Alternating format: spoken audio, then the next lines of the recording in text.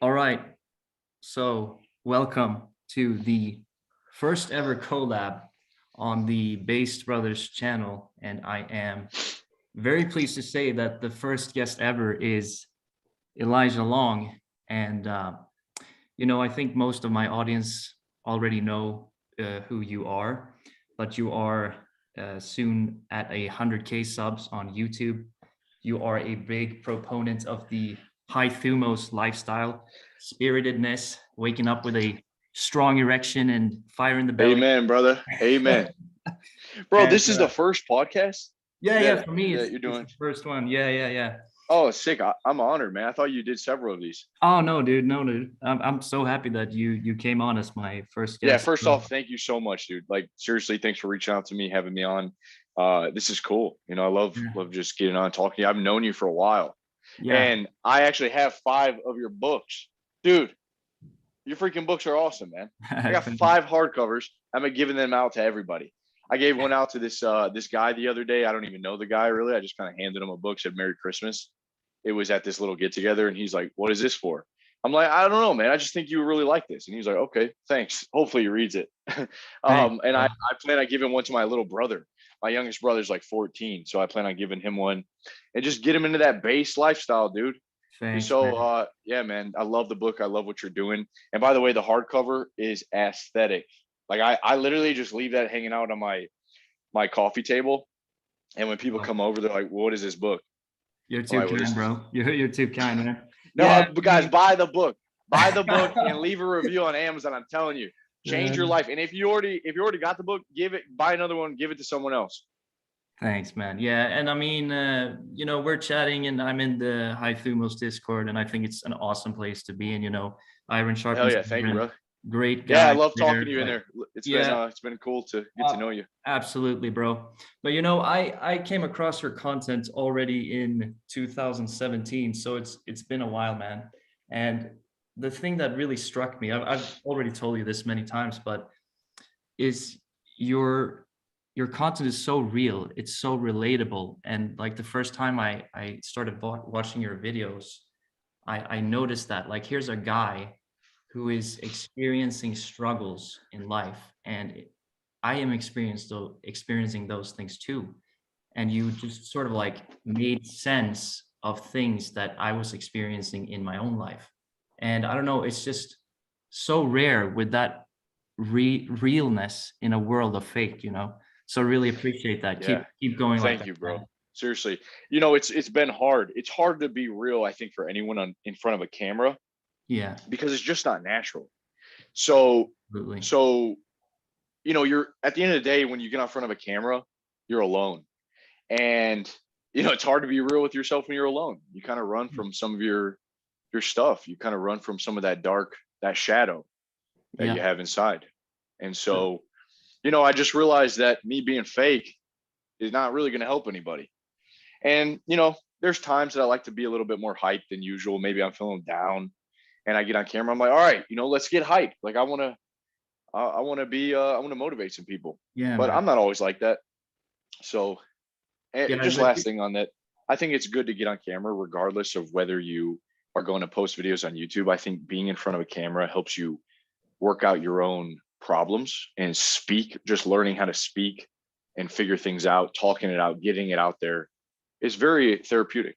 So absolutely, dude. That's something I've noticed making my own videos is like, normally when I see other people doing videos now, like your content, it's sort of your own personal diary. You're dissecting things in your own experience and trying to make sense of them.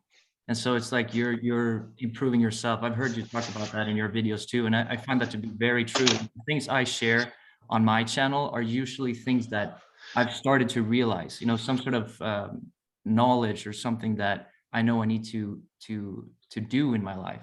And I think you can relate to that.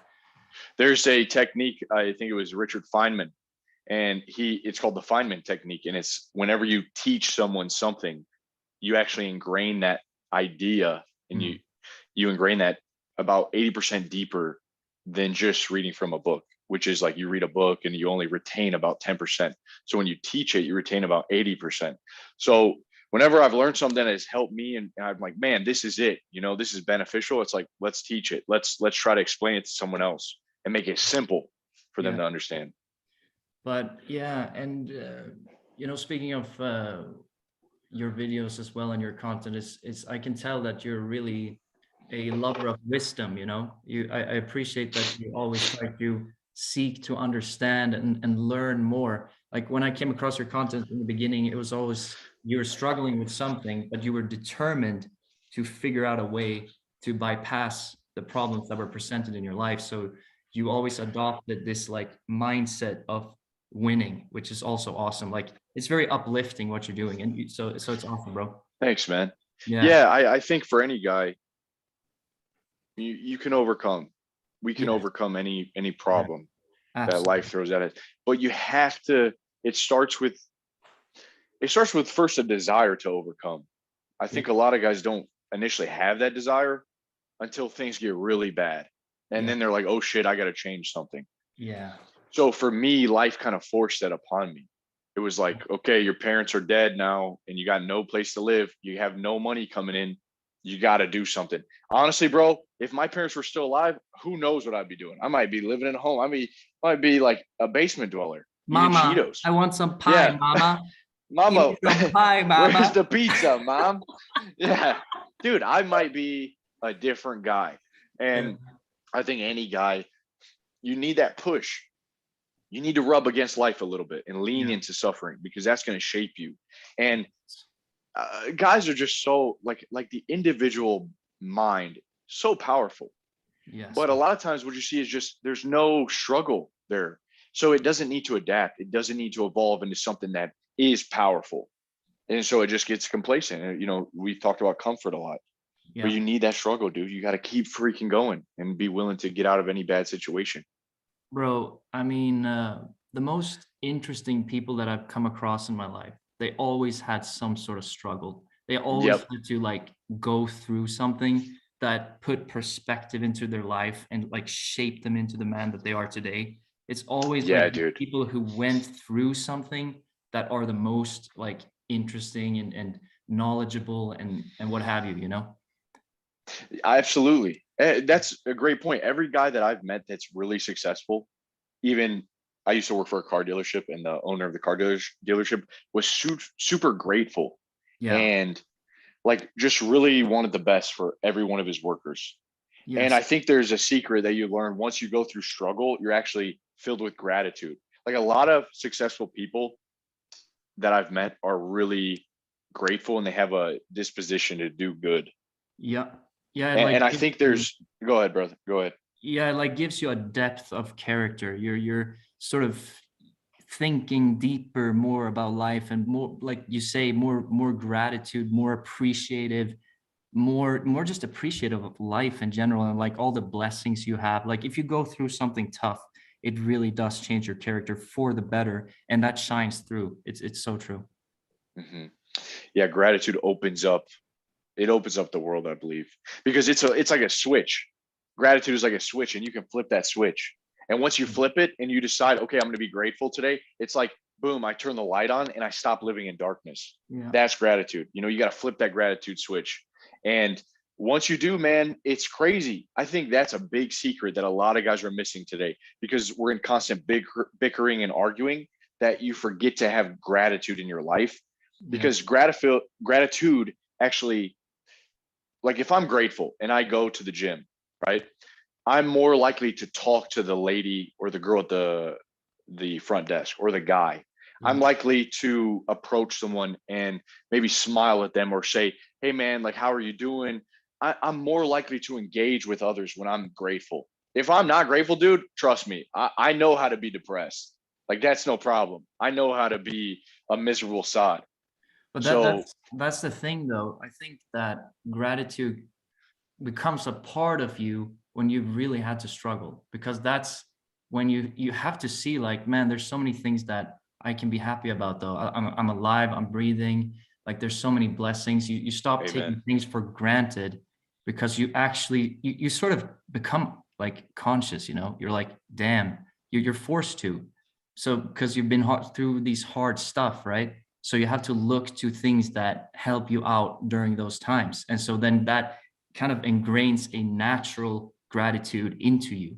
So I think struggle for men is a very good thing. I mean, I don't wish bad things to happen to people, but like, if you don't have struggle in your life, you got to introduce it to your life. I think it's just part of making you a better man. Honestly, I know that you say a lot like, well, I have this, if somebody asks you like, oh, I have this guy here, my friend, he doesn't want to improve, he's just eating Cheetos, he's in mom's basement, and you're like, yeah, let him suffer and die. And it's a very good point. It's like he has to realize that on his own, and his life has to break down so far that he finally is like, I can't put up with this. And that's when the real change happens. That's true. People need to go through fire. They do. They need to suffer until they want to change. Yeah. I think. I mean, you can try. I don't know if you've experienced this, but this has been my experience in life. You want to help your friend or someone, and you can only do so much, but they got to realize it deeply themselves before anything actually happens. So you can actually waste a lot of time trying to carrying other people's burdens. Of course, you should be the best man you can be, help them out, do everything you can, but at some point they have to realize it on their own, and that's when the change actually happens. That's been my experience. Talking to you right now made me think of this, but I think it's becoming more and more difficult to actually find struggle. Yes. So like you have people that you never really have to struggle, which means you never really care about becoming all that you can be. Yeah. Self-actualization. Yes. Because listen, man, like you can get food pretty easy. You can get shelter. Technology is evolving. What's it going to look like in 10 years? That's a crazy question. What are men's problems going to be in 10 years, 20 years? You can VR eats your girlfriend to your house, bro. Dude, come on. I mean, no. It's completely true, bro. It's just this softness is getting out of hand. It's actually causing a lot of misery in society. Bro, I saw this VR thing, like this Chinese like convention, and these guys were literally humping a blow up doll in front of all these other people, and they're like rooting him on. He has a VR headset on. They're like rooting him on. He's like humping the fucking doll. And I'm like, what the hell is going on? Damn. You know, where can I sign up, man? Where can I sign up? Dude. I don't know, but tell me when you find out. But dude, like, come on, man. We gotta rise up. Eventually, we're gonna have to point this stuff out. You know, I don't think it's, at least not yet, a lot of people aren't in that world. But man, in a couple years, whew, yeah, we're gonna be talking a different topic about different stuff in a couple of years. Yeah, but no, definitely, it's just escalating. But like, even if you look at it today, we can actually go through that. I have some points and some things that I sent you to, and I'm actually pretty curious to go through them, because I'm very curious to see what you're gonna say about them. But how about we just jump right into the sirens? You know, like talking about this VR stuff. I love it. Let's go straight to like prawn, for example. How do you think about prawn, honestly, man? And then maybe tell your story, like how did you get introduced to that stuff, and what's your take on it? Bro, I'll be honest, man. So like, I have a little brother that I haven't seen in a couple of years, and my sister talked to him recently, and she said that, yeah, he's like playing Fortnite all day and watching prawn. And he's like 14 years old, dude. Like, when I was 14, I didn't even have a phone or internet in the house. And that is devastating. You know, that's going to be devastating to any young kid. So I got to talk to him. I got to set him straight. Hopefully I can get him to listen to this podcast, maybe get him in the group. You got to help him, bro. But like, when were you introduced to? Yeah. The only reason I say that is because like, it was not as severe for me. You know, I started watching maybe like, man, we had Girls Gone Wild, late night cable TV. You couldn't even see a nipple. You know, you got lucky if you saw a nip slip. Bro, so you had to work with that. You know, you use your imagination more back then. You had to go in the closet, kind of use your imagination. But so like, what was your age when you saw the dirty prawn? The dirty? Probably like 15, 16. I got caught actually. I got caught by my parents.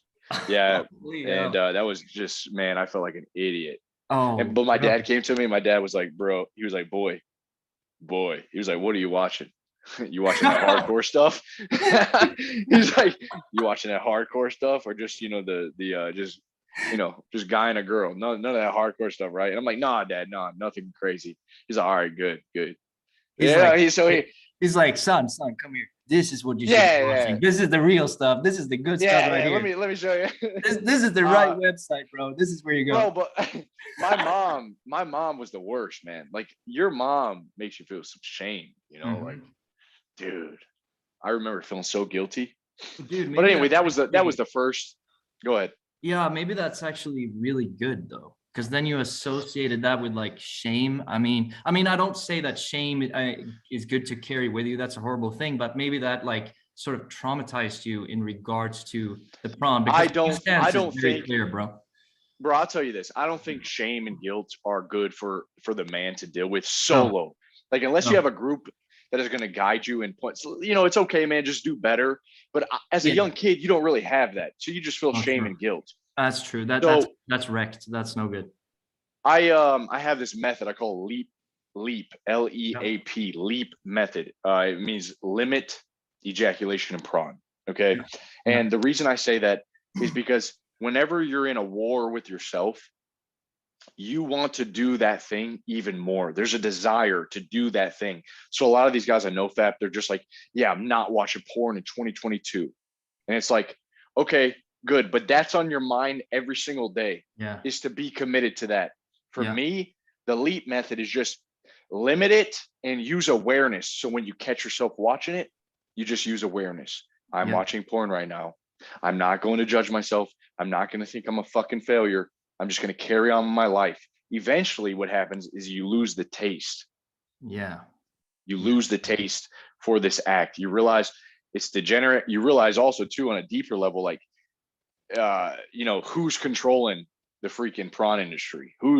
Why is this even there? What is all this vile stuff going on? Yeah. You just lose the taste for it, man.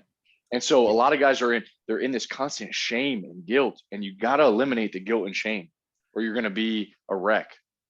No, I absolutely agree with you. I mean, those emotions are no good. You don't want to carry around those emotions. But talking on the subject of prawn a bit more, I mean, I was introduced to that at a very young age, bro. Like a very young age. I should know. How old? I was like probably 8 years old. Like Jesus, dude. Dude. What the hell were you doing? Over a friend's house?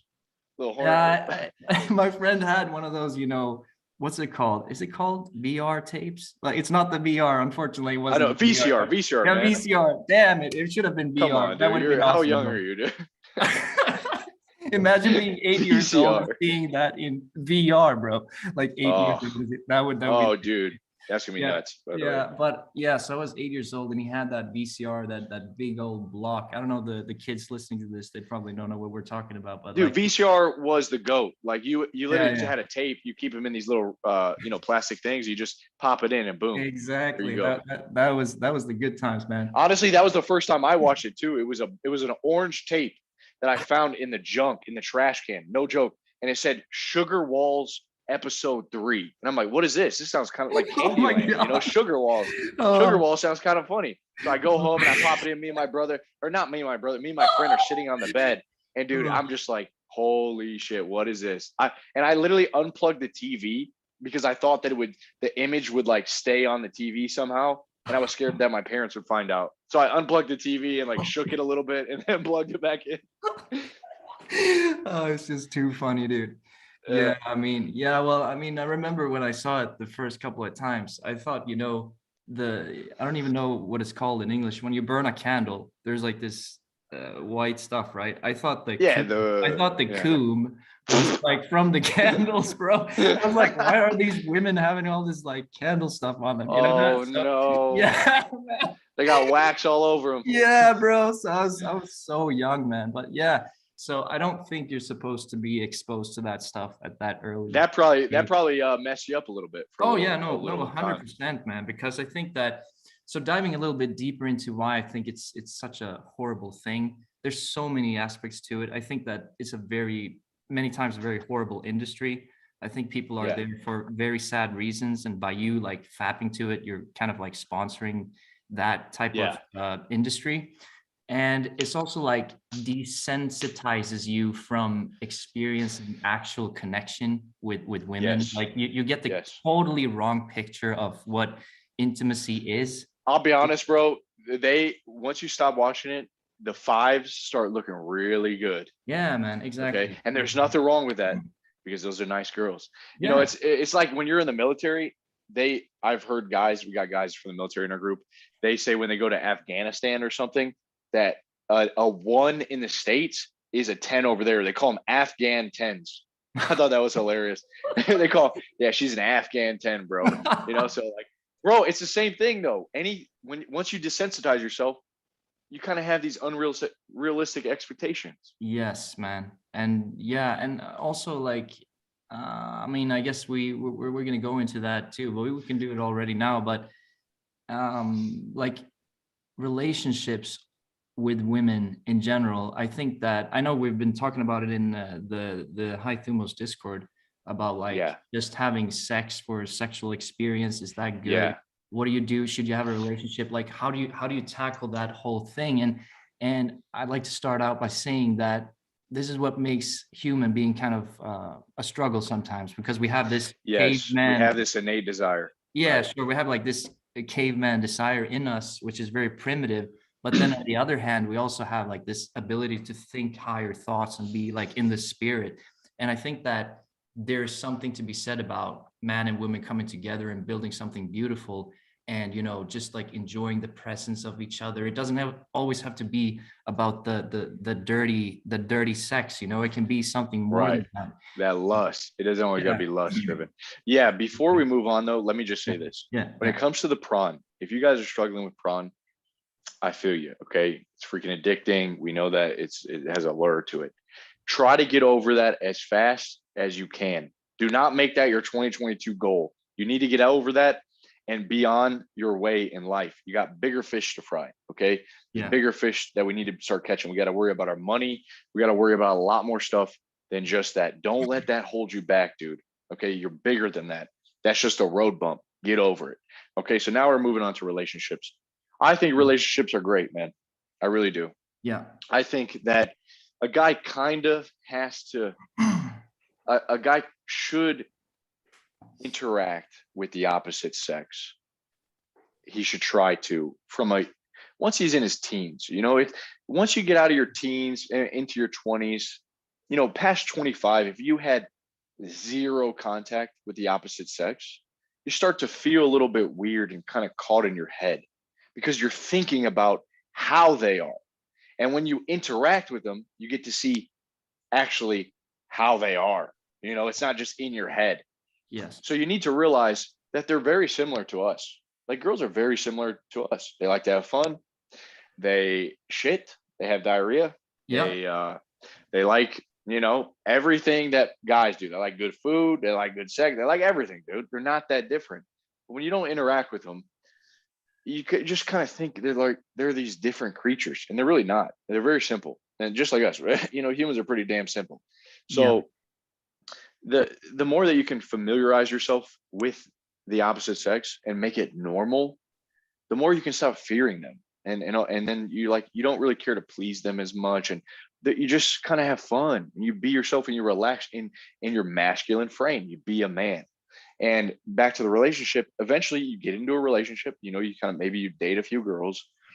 You don't got to always sleep around. One thing I think guys should ask is, what is me sleeping with this person just because I'm so lustful? What is this going to do to another life? Like, how is this going to impact someone else's life? Even if, like, for me, dude, sometimes I slept with girls that I had no desire to date ever. And I knew that. And looking back, it was all lustful, dude. I was the horny hare. I had talked about that meme, base tortoise and horny hare. But dude, I was the horny hare, man. And it is essentially without love or without actual trust and care. It's really just masturbation with someone else's skin and flesh. I mean, if you look at it a stoic way, that's what it is. Amen, bro. So, Yeah. so guys, that's all, man. Just realize relationships are great.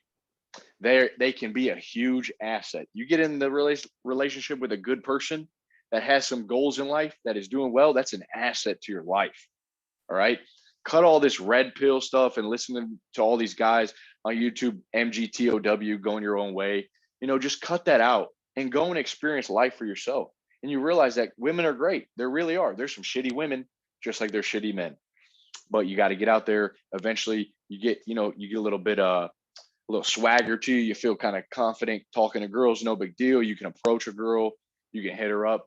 You can hang out, and eventually get in a relationship that you want. And because you have options, you can pick what is a good relationship for you. And that's really my advice on relationships, man. They're good. It takes time. It takes work. Yeah. I'm gonna put down some ideas around relationships. Just back to the prawn thing and the sirens in general, all the degenerate behavior. I would say that the cure to that is like filling your life with meaningful goals. So like you have things that you need to achieve that have meaning to you, and all of a sudden all this crap around you, you simply don't have time for it. And as you enjoy the journey of building the life that you actually want to live, working towards your goal, these things, these degenerate behaviors, the prawn, the unhealthy foods, whatever it may be, that's just something you fill a void with when you don't have something you actually care about in your life. So the I antidote agree.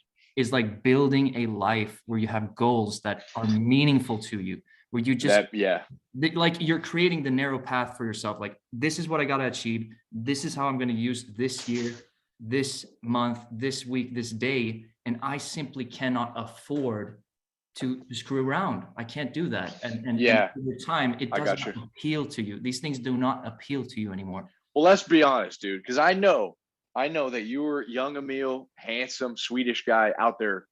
I know you're out there pimping it, so don't even lie when you were younger. Yeah, I mean, I'll be honest. You were out there, weren't you? Yeah. I was out there, bro. I was out there. Okay. Man. Do you feel? Let me ask you this though. Do you feel like there was some benefit from that? Not even the sex, just the interaction alone. Yes. I'm from a young age. Yeah, bro. I'm gonna be honest with you. So I was definitely doing the whole PUA, like playing the field kind of thing, but definitely to a degree that was absolutely lesser than many of my friends. One thing that kind of bothered me looking back at my teens, I think there was a lot of pressure to sleep around. Like my guy friends were like, "Yeah, man, you gotta bash that girl. Yeah, go, let's go." And go smash. Even back then, though, I was like, I don't know, man. I'm not sure that that's what my life is about. But okay, so now I've done the Jesus side of things, right? I was still in there, and there was absolutely benefits to it. Just like you said, you become more confident. You realize it's not a big deal. Like, it's not a big thing.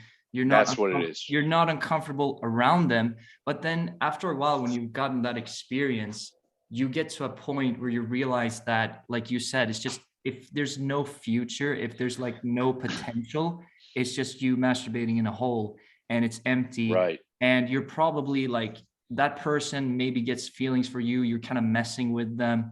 And there's just more to it than you just sleeping in the sheets. There's actually other sides to it. And you start realizing that.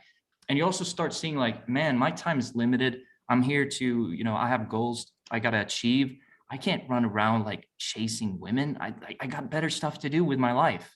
So you get to that point after the experience definitely helps understanding that it's not worth it, basically. Yes. I love what you said, that you realize that it's not a big deal. That is a crucial point. And the sooner that you realize that it's not a big deal, man, then you're free to move up on the hierarchy. Seriously, because what comes in Maslow's hierarchy of needs? We have food and shelter, we have relationships, and then what's next? You have mastery, you have self-actualization. So many people never get those last two, right? They never get to see the enjoyment from achieving those last two things, because they just kind of chill out with the relationship. Yes. So once you realize that you can get the relationship, Well, it's time to start thinking about bigger things. Yeah. And you got to have systems in place. You got to have goals in place that are leading you and driving you. Why are you even getting up in the morning, man? Like, why do people get up in the morning? It's hard to get up in the morning if you don't have anything to go after. Yeah. That it seems like, this is my duty. I got to get after it, man. But So yes, I agree with you. Yeah, I like saying that my purpose is my girlfriend, and but by purpose, I mean sort of like my goals, my vision for my life. That's my actual girlfriend. And I see. And she will, that's not a she. Well, I hope, I don't know what to say about that, but like my purpose, my goals, that's like my love life forever. That's what's going to be at the center of my attention always, even if I'm in a relationship. That's the focal point. Yep. Yeah. Even if I have like a family and children, it's always first. That's what like makes you a man. If you steer away from that, your woman loses attraction to you. You become weaker. It's like it's the thing you need to keep your eyes on all the time to win in life. Like that's just the way it is. And it's true when you're in a relationship. It's true when you are not in a relationship. Like focus on the things you want to achieve. That makes you a strong man. Like I would almost say that if you have clear goals in your life, that forces you to be a good man, like a strong man.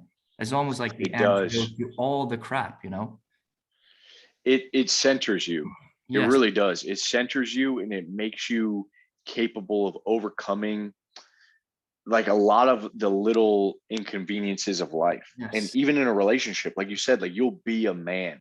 Yeah. And I think that's because we have to do that. Men desire to conquer. We desire for victory, dude, to compete and be the best. And once you let that go, dude, and no, all it's you got all is a downhill. relationship, dude. If you only got a relationship under your belt and nothing else going, no. you're done. You're done. You're doomed. And that relationship is gonna fail too. You're gonna be weak. You're gonna be needy, and you're gonna like come out of that. Hopefully, if there's a breakup, you come out of the relationship. You're like, wow, what have I done with myself? You lost yourself in that relationship. Like, and that's what do you see guys that come out of relationships? They're like, all right, now it's time to go. 2022, yes. I'm gonna start working out. I'm gonna start a business. Finally, it's like, bro, what were you doing before? But at least they're trying. At least they're they're getting there. But sometimes you need that. Yeah, that's the catalyst. But that's actually from my own experience, and you can probably relate. I think we've been talking about it before, but it's if you're in a relationship, you have to watch it, man. You have to make sure that you still have that fire in the belly, because it's easy to become soft and them sugar walls, right? Like it's easy to just become this like complacent. You're getting everything. Nature is like rewarding you to the max. I mean, basically you're here to procreate in some sense, and you're already getting that. So you can, like, the fire can be extinguished if you're not freaking working on it all the time. Like you have to be aware that I've noticed that in myself when I had like longer relationships. I'm like becoming kind of like, comfortable, not really trying new things, not doing what I need to do in the same way, because it's always been my experience after some long relationship, bro, the fire is lit. It's like that's when I've achieved most of the things in my life, because I've been forced to. It's like nobody's here. You don't have that little snuggle beer at night. Now it's you, and you got to go and get things done. But I think you can. See, I'll tell you this though. I see what you're saying, but I don't let fear motivate me in that sense. Like I don't care if my girl is like, I used to, right? But I don't really care if I cuddle with her now, because it's not cuddling with her to try to keep her with me. I don't really care if she's bitchy one day. I know that the bigger picture is like, I believe in myself. Yeah. And kind of, I see the path. Yes. I know what I have to do. And if she kind of believes too, like eventually you got to sell your woman on your vision, and she has to buy into it. And once she buys into it, man, she'll just kind of let you do your thing. You don't got to really live in fear and on it and always be gauging her. Yeah.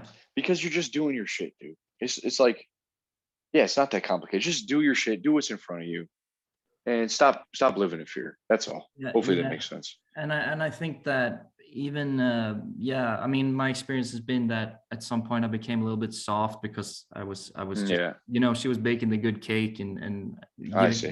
breakfast in the bed and The all sheets. that stuff. Yeah, exactly. But I also think that on the flip side, you can also get to a mindset where like I'm the man, like I'm gonna help, I'm gonna provide, I'm gonna help this woman. She's supporting me, and I got to be there for her. So you can also frame it that way, like you got to be out there hunting to make it work. So you can use it as motivation too, definitely. Yeah, for sure. For sure. But speaking of relationships, so let's continue on that subject. So speaking a little bit about the red pill, what do you think about it? You just said like, oh, disregard it and don't, You become you bitter take about it it. in, you Yeah, take it in, and you let it go out. You yeah, understand it, and then you get rid of it. Not because you don't want to get stuck, man. I see just so many guys in this sphere. They get stuck, and they get like their whole identity wrapped around one thing: red pill, MGTOW. They get it wrapped around this and that, politics, even. yes, Uh, like, dude, there's bigger fish to fry. Why are you getting stuck? 100%. Once you figure out the game, start playing a new game. Like once you mastered, like the red pill is not that deep. Realize there's basic human nature. Women have a nature. There's a couple concepts that are important, but once you understand it, live your life and figure it out. Figure out. Here's the thing, because red pill is not black and white. Not every situation and relationship is the same. It's just not how it is. So you can't parrot off someone else's advice for everyone else. It doesn't work. You got to just live your life and figure things out as you go along. That's a big part of it, man. So that's why I say don't get too hung up on it. Swallow the red pill, get the feelings it gives you, maybe a little bit of nausea, then acceptance, and then you move on. You live your Yeah, man. life. That's Well it. said. Yeah, I think it's very useful if you don't, like, you got to see it at one point. Yeah, and it will Yeah. like kind of click to you. You'll see, oh, that's why they were acting like this, and Right. you'll For see me, that. the red pill is okay. You grew up, you saw Disney movies, you got this idea of love and romance. Take the red pill, realize that's kind of like not all true. Women are a lot different than that. They don't like you being nice all the time. They want a fucking man Yeah, that is honest, doing his thing. yeah, And there you go. yeah. No, no. There you go. Exactly. Yeah, but I think that, yeah, if you dive too deep into it and you make that sort of the center of your attention, it can get you jaded, it can get you weird, it can get you to miss the whole point. I mean, there is more like we said before, you can build beautiful relationships and things like that. And I think the Yes. community, I think the red pill can sort of miss that sometimes. It just Well, let's be honest. Let's be honest. I mean, the size of your problems is the size of your life. I yeah, really like to think that. Like, yeah, really, if you're the guys are super into the red pill and that's all they like, what else do they got going on? Like, come on, dude. Women are not that important. yes, exactly. And It's just not that important. We got bigger things to do.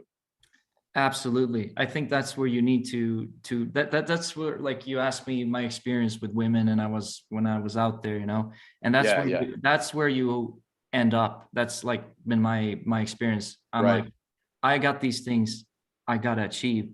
I don't have time for this. Right. I've got bigger things. And then from that, like we talked about before, everything kind of falls in place when you It when you does, have man. these great goals in front of you. You become the man. You become the man by doing that. Like Hmm. you'll be naturally, uh, you don't think about women, you're just doing your thing, and from that you are doing well in life. It's basically, that's been my experience always.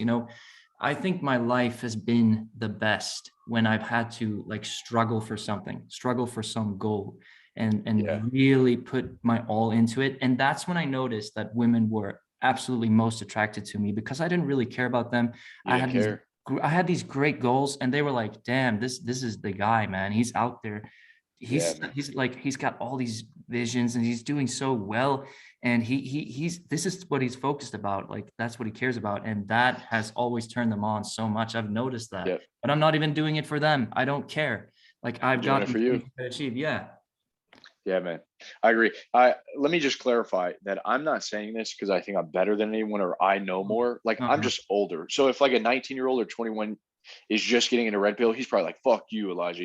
Yes. I don't care what you have to say. Yeah. Dude, all I'm saying is I've been there, dude. For years I was in that. But I'm Yeah. telling you, Yeah. there's something else. There's once you get over it, you're like, man, why did I waste so much thought and Yeah. time on that? So that's all, man. Like, Yeah. No, 100%. yeah, But I yeah, don't want guys sometimes, to limit themselves. yeah, sometimes it's just that you have to go through it yourself. You have to experience it Yeah, yourself. Like you said, you suffering do. by, like people can tell you what you should be doing, what you should be realizing, but you might be at a stage in your life where it just like you have to see it for yourself, and then you'll get there eventually. But yeah, speaking of that, I got a question here. What would you tell your 20-year-old self? That's a big one, bro. Yeah, that's a big one, dude. You just hit me. I gotta take a Great, seat. great. Yeah, let me think about that, man. Yeah, It's yeah. tough. That's a tough question because I wouldn't want to tell myself just a sentence. I would have to write them like a book. You Yeah. know, that's why you got base at Yeah. base. That's the book. Absolutely. Read that if you're 20 years old. There we Uh, go. I'll just recommend that book. Let's see. Let's see. Hold on a second, man. Let me mute my Yeah. mic. There's a siren.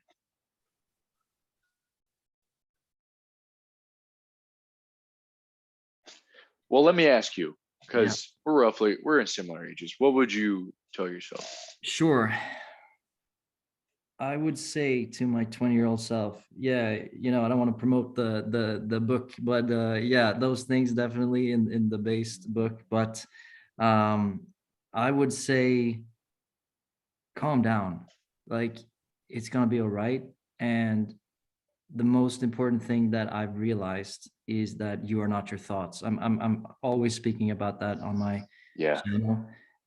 I think that your mind can really screw you up if you don't realize that truth, that you are not your thoughts. So once you realize that, I like saying that you should be using your mind to solve problems. You don't want to be using it to turn you into a problem. And if I look to right. when I look to my 20-year-old self, I could see that I was turning myself into a problem.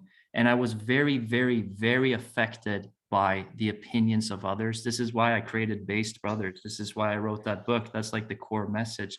Like you got to Yeah, live your life, not the life that your parents telling you to live, society's telling you to live, Instagram's telling you to live, VR reality is telling you to live. Like you got to live your life, not what school says, anything. What do you want out of this one experience? And when you get to that core, you become based. You stop being insecure. You don't have to do all the things that other people are doing. You're on your path. And then you just feel such more grounded energy in your life. You start appreciating your life. It's gonna be all right. This is your life. This is your game. Play it on your terms. So I was very affected by the things around me. Like, you want to look cool. You want to be in the, you want to sleep around. You want to have the hot girls because that's what your peers are doing. You want to make your father proud. You want to do all these things, but like, what do you want to do? Is that what right. you What want do to you want do? to do? Yeah. What do you want to do? So like, I wish I could tell my 20-year-old self, look, you just calm down. You, you're Calm not, down. you're not your thoughts. You're not your thoughts. That's just your I mind. love that, man. You're not your thoughts. That was pivotal for me. You're not your That's, thoughts. You're kind of the bro. consequences of your actions. Um, Yes. and the resources that you've been left with. And so starting today, this is what you are. You're not the past, right? You're not that. Here's what I would tell myself. This very similar. I would start, there's two things. Calm down, just like you said. When I was 20, 19, 20, I felt like very hyper. And I realized it came from I was always trying to be like I was trying to figure out how to act in a society. I wasn't sure how I was being perceived by other people, right? I was very confused like how should one act in society Yeah. to be successful? Yes. And so listen, if you go back to my oldest videos, that kind of translate into some of the way I was my personality there. It was like, I thought I needed to be always on. I thought I needed to be always hyper, or, like pump up, go, go, go. Yeah. But there was this lack of calmness. There was this lack of centeredness Yeah. at, and I realized that it's okay to just be. It's okay to be calm. It's okay to just be. That you existing is just how you are supposed to be.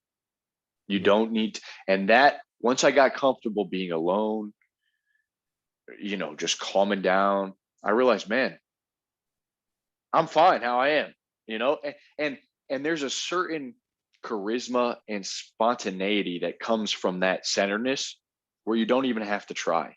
And so when you go into social situations and you interact with other people, you have this presence and you have this feeling of, I'm okay how I am, this wholeness. And then from that comes out your true personality and this cool dude to be around. Yeah, man. And so that's what I would just calm down. There's a great analogy that, and this applies to your whole life, is, the rowing analogy. If you row a boat very quickly and with choppy strokes, what happens is you end up going in circles. The way that you speed up and you go fast is you do long, precise strides. Yes. So that leads me to the next thing that I would tell myself is just stay in your lane. Pick something, try to be useful. Really, like that's such simple advice. I just saw an Elon Musk interview with Lex Friedman, and that was one of the things that he said. He said, try to be useful. That's what he would tell people. I can't agree more with that, man. I wish I would have told him, try to be useful. And don't try to just gain a bunch of stuff really quickly and have all these great experiences, materialistic. That'll come if you're useful to other people. So yeah, because I didn't know what to do. I was so concerned with just making money. And a lot of us get stuck in that trap of, I got to make more money. You need to get rid of that I need more money mindset, and I need to be more useful. Because if you are useful, the money will follow. That's just how the world is set up. Wow. If you are useful to a bunch of people and you solve their problem, you will have money. It's that simple. If you provide a service, if you help alleviate someone's pain and suffering, if you make their lives better, you will have money. It's literally that simple. And I wish I would have known that, instead of being concerned with my self-image so much, being concerned with money, because when you're in that mindset, it's very hard to be useful. No, definitely. So that's it, man. That's it. Yeah, I mean, it really boils down to also that this was like a huge, I started realizing these things that I would tell my 20-year-old self at the age of 23. I don't know what happened, but it was just like a complete shift in everything. Yeah, you know what happened? Breakup. That's what happened. And that like started everything. And then I got into this like, why have I been doing these things I've been doing with my life? Why have I made these choices? Why do I think this way? And it was the first time I like zoomed out of myself and just started seeing what I've been doing. And then I could dissect that, wow, wait a minute. This is not even my own will. This is not even my own like ideas. This is parents, this is society, this is all this crap. And do I even care about these things? And I'm like, and so many times I was like, no, this doesn't matter to me. And I'm suffering because I'm trying to live up to these things that I actually don't care about. And it's making me miserable. And was the breakup the catalyst to you to having those questions? You said it was, yeah. It's strange because I remember at that age too, I came across Elliot Hulse's videos, and he talked about the hero's journey, and it was specifically about young men at the age of 23.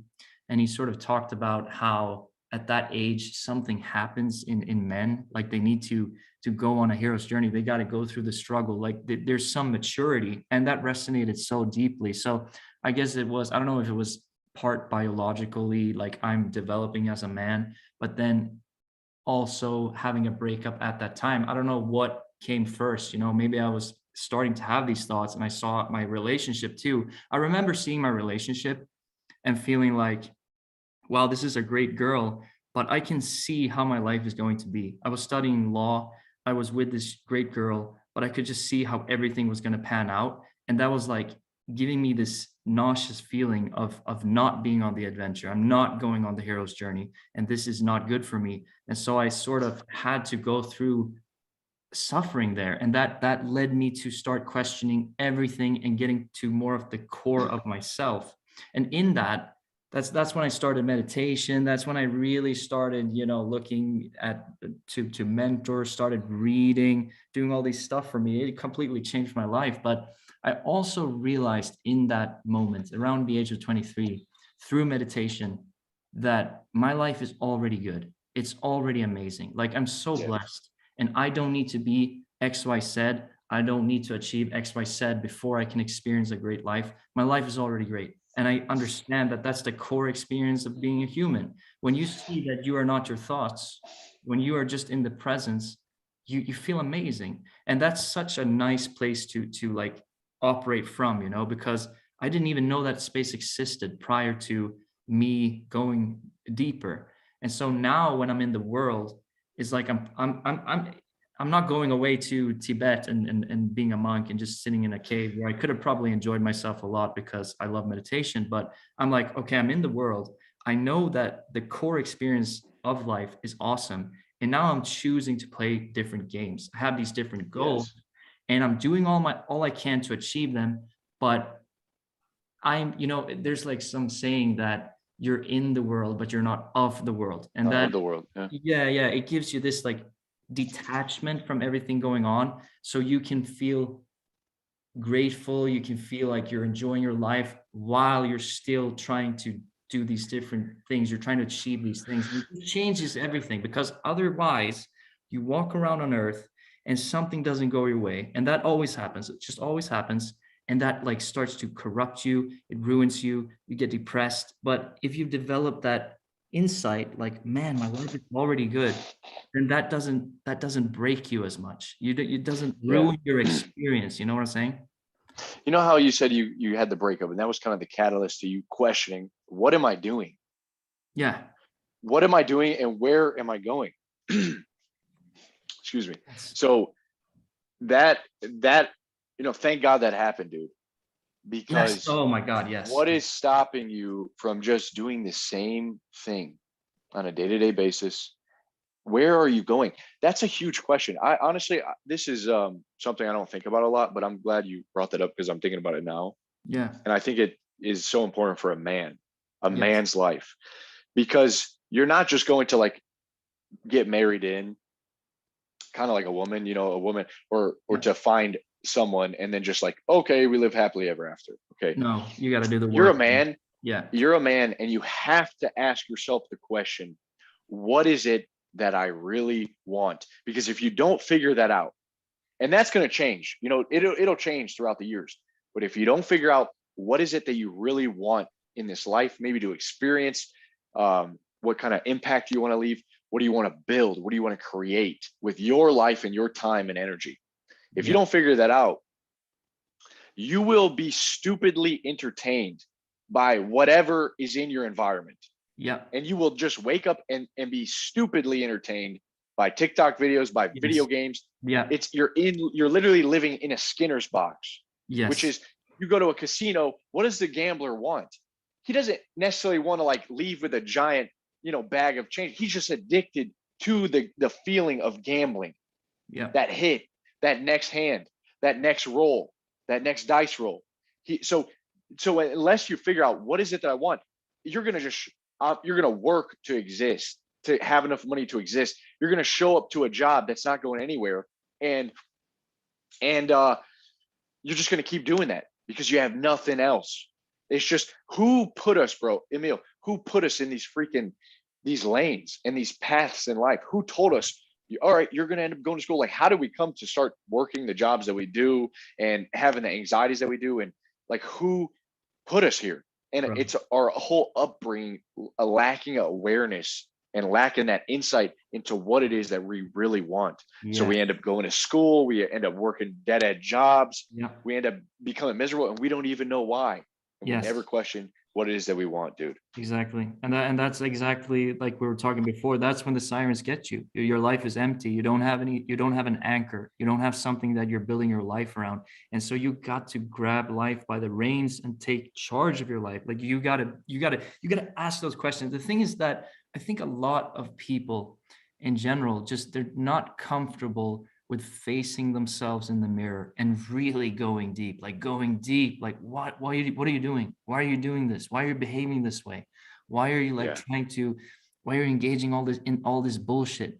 And just like when you do that, you might come to the conclusion that, damn, I'm not feeling good. Like I'm not feeling good, but that's nothing to shy away from. That's where you'll find the truth. Like from that dark place, that's where you start building a great life. Like we were talking previously about suffering, that suffering is good for you. And I think that people try to avoid that suffering to enormous degrees, bro. Like they'll take the weed, they'll take the video games, they'll take the prom, they'll do anything to just stay away from themselves and not face that. And as the years go by, it only gets worse, and then they just get more and more addicted. But what you got to do is you got to see it for what it is, and then trust that when you do that, you will get to a better place. Like I believe that your soul has the answer to what you need to be doing, and that can change during your life as you mature, as you age. That will be different.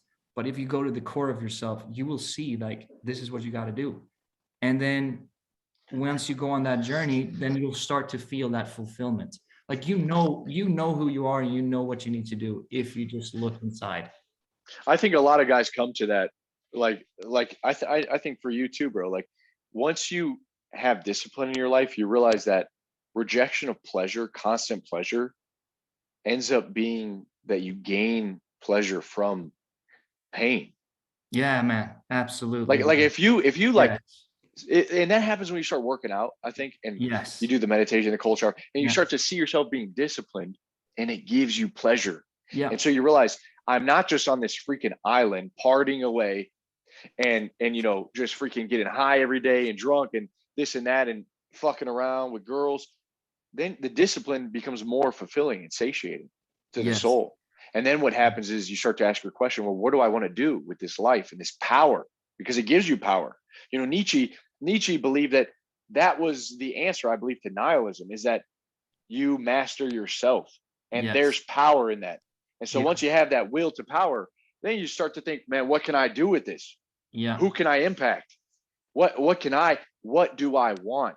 Yes. And you got to get to that question, man. Yeah, exactly. And you have that power. Like you have that inside you. You can create the life that you want to live. You best believe. And I think you could probably get anything that you want. Dude, anything.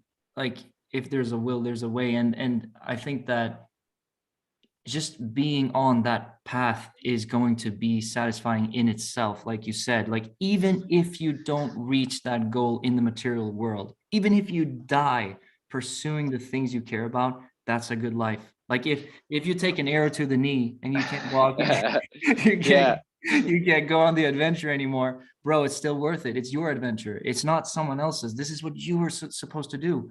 And so it's going to be fulfilling regardless. You're going to be like, damn, I did these things and I'm doing like, I'm see, I wonder, bro, if the world is kind of shifting towards a place where people are so stupidly entertained with what is in front of them that they never have to want anything.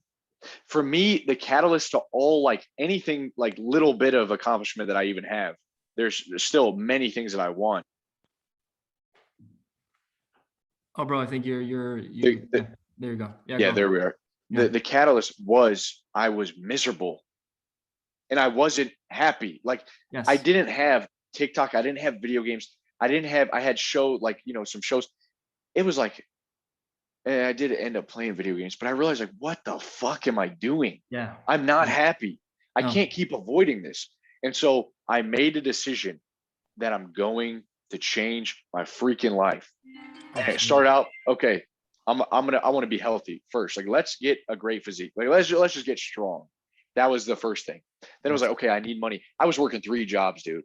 I hated working night shift. I absolutely hated it. I was so like lethargic. I would stay in bed because I was sleeping during the day, and I would just be my circadian rhythm was messed up.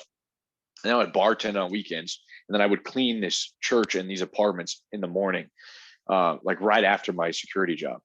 So I was like, no, thank you. I do not want to do this. I have no time to be creative, nothing. And so that was it. The first thing I wanted was more time and less stress. So I needed more money, So then I started getting into car sales. I first worked at the car wash, and they gave me a little bit more money, a little bit more time.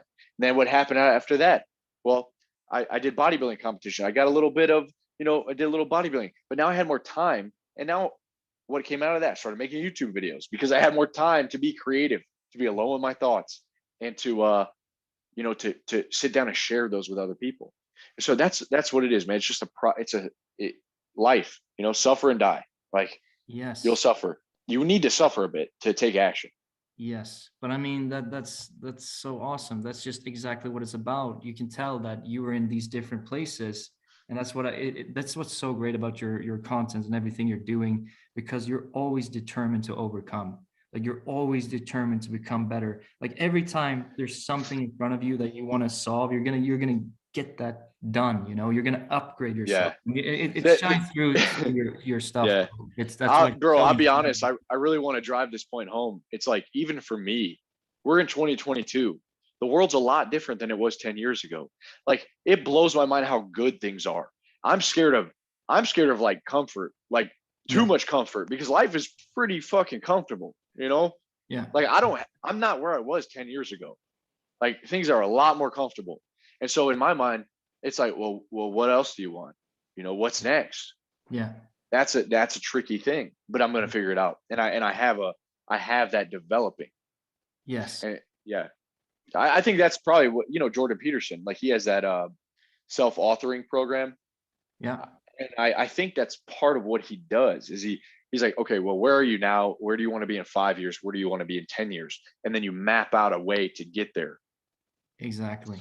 So yeah, hey, he's saying it's probably a little bit important, Yeah, I mean, it's just about bringing awareness to your life, and understanding that you can achieve the things you wish to achieve, and even if you don't, it's gonna be an amazing journey, and you will be surprised at the things you can achieve. Like, it's just Yeah.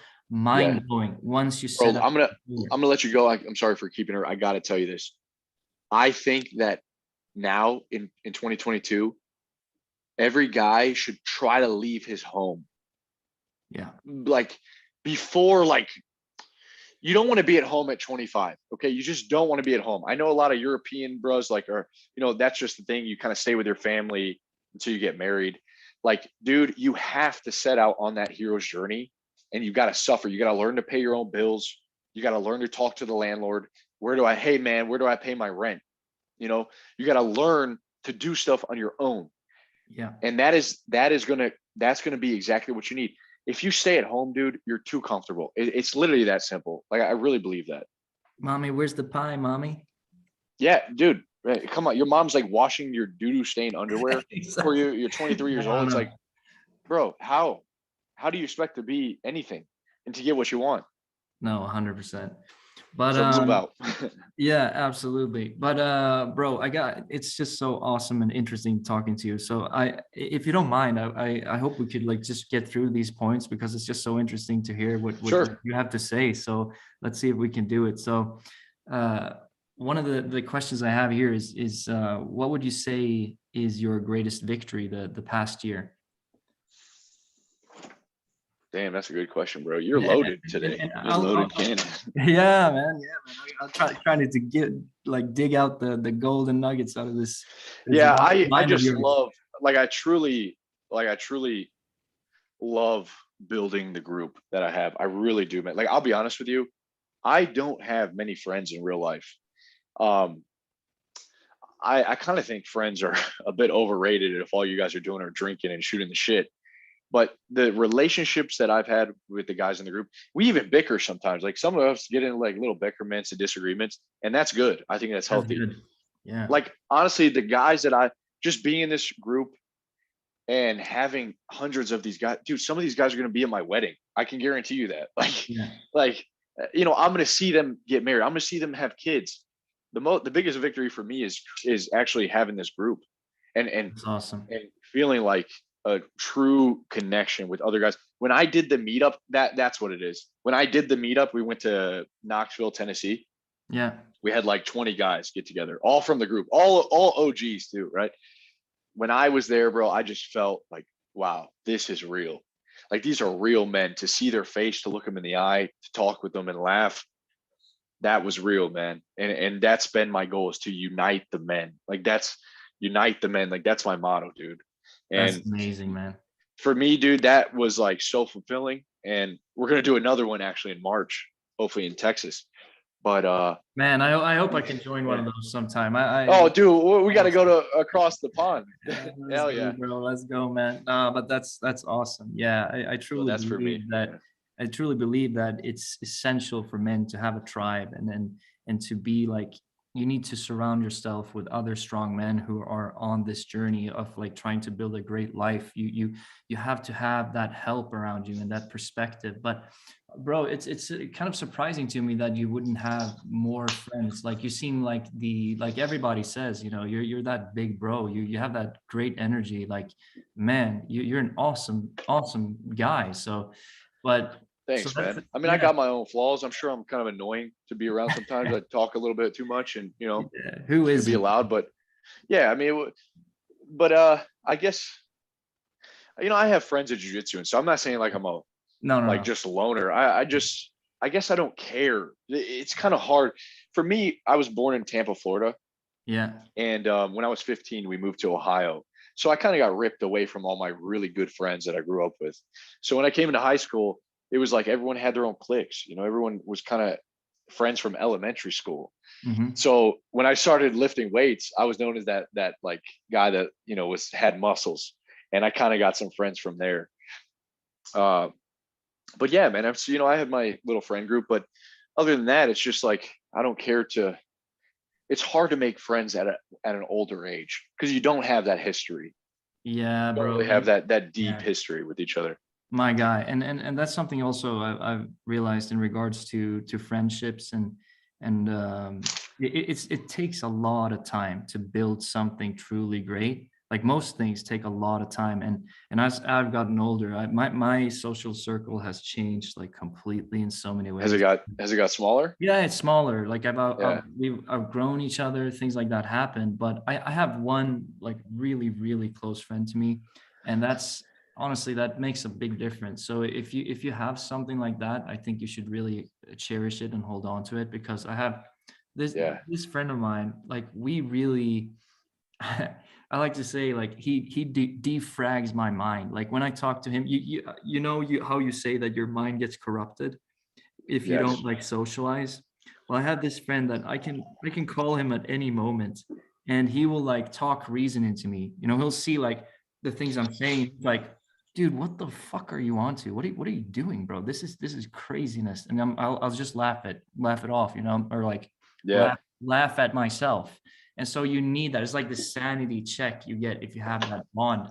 But definitely, it takes time to build great friendships. It's not How long something. have you guys been friends? Oh man, it's a long time now.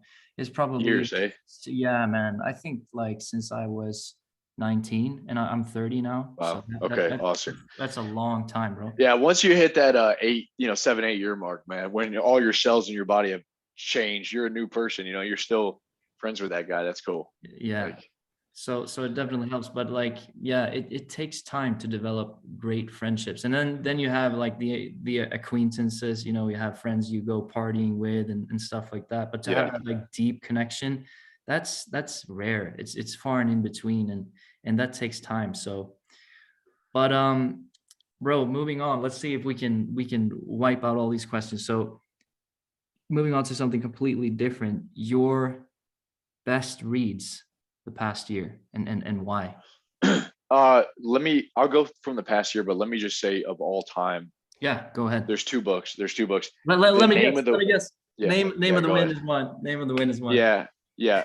Based is an amazing book. Yeah. Top, top, Yeah, top one of the year. I would say yeah, that, not you're such of a the year chat. for sure. No, but seriously, for sure.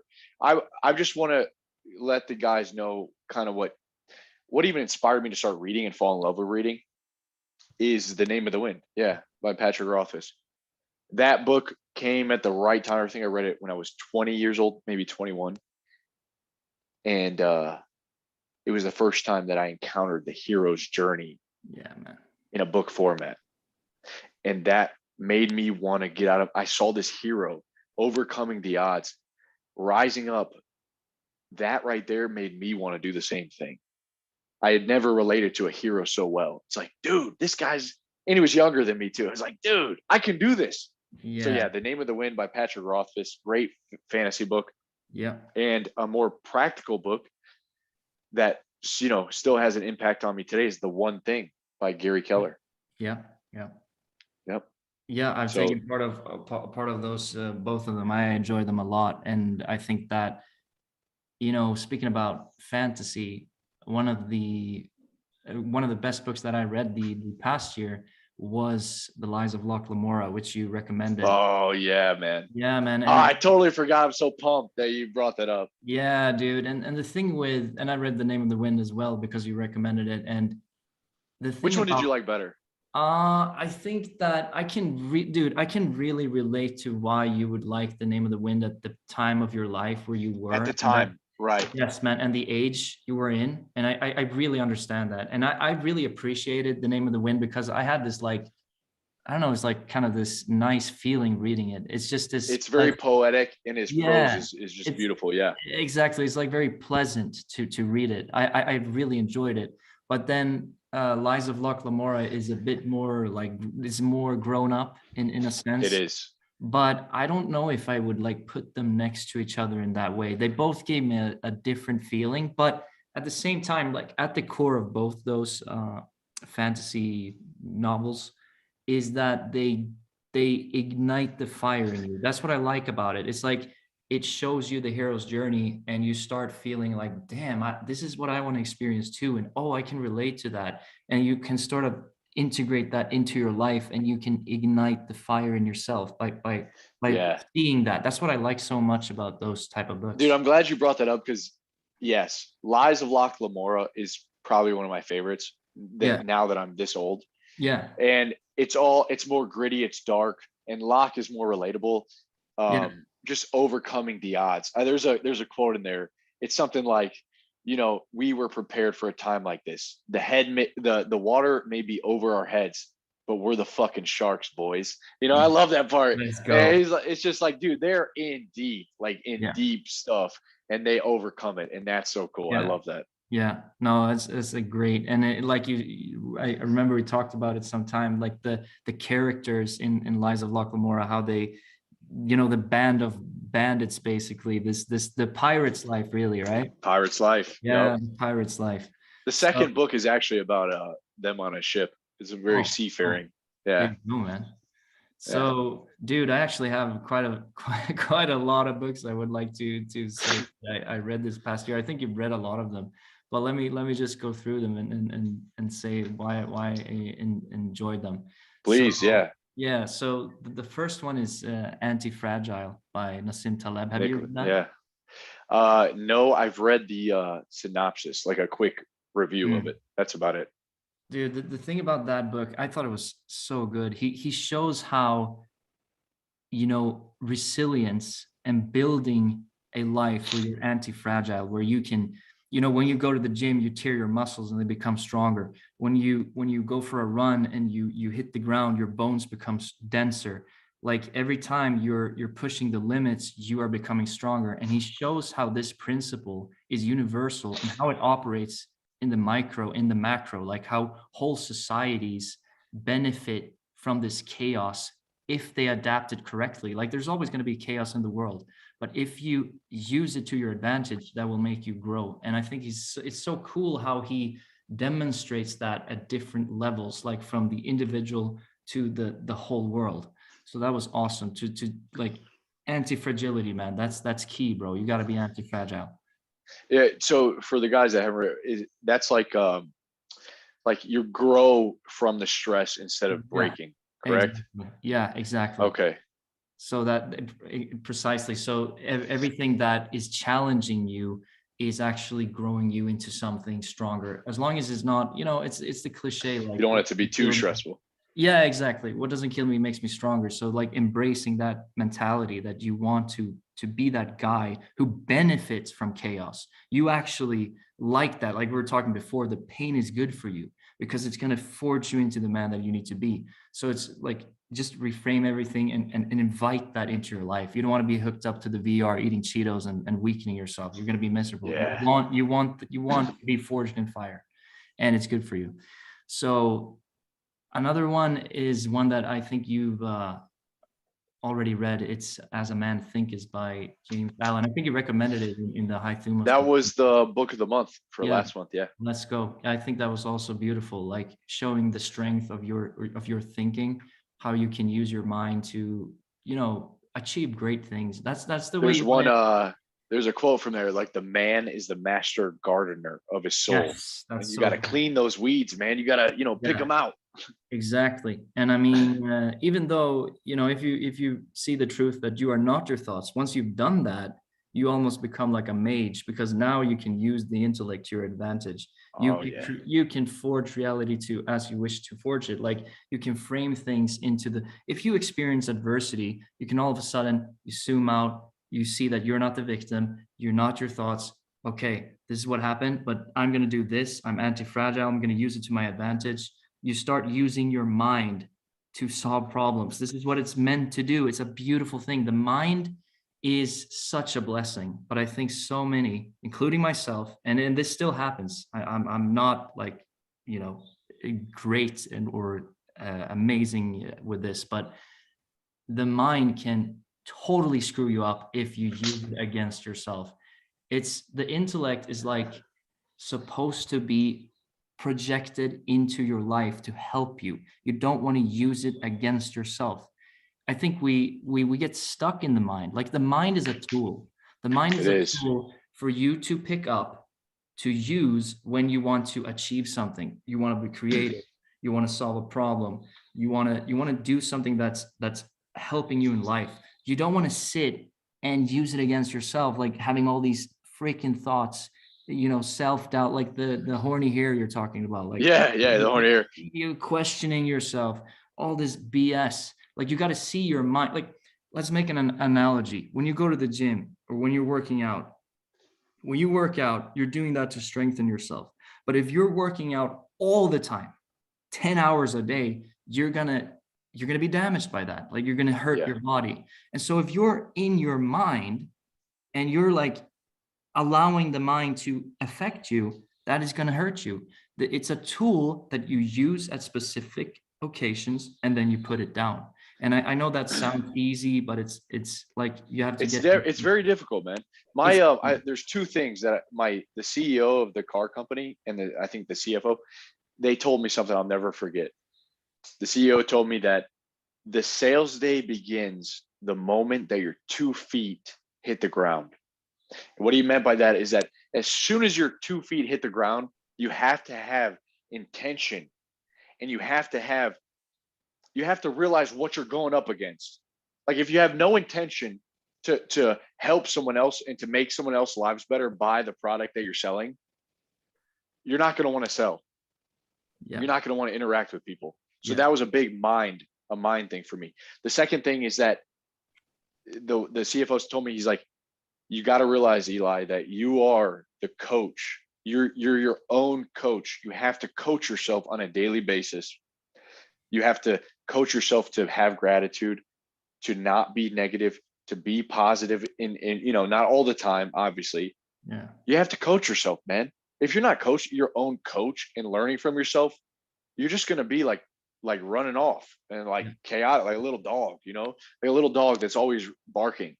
That's how your mind's going to be. Yeah. But you got to coach yourself. You go and you pick up the little dog and you say, here, stay put, boy, be quiet. Maybe tap him on his butt, be quiet, boy.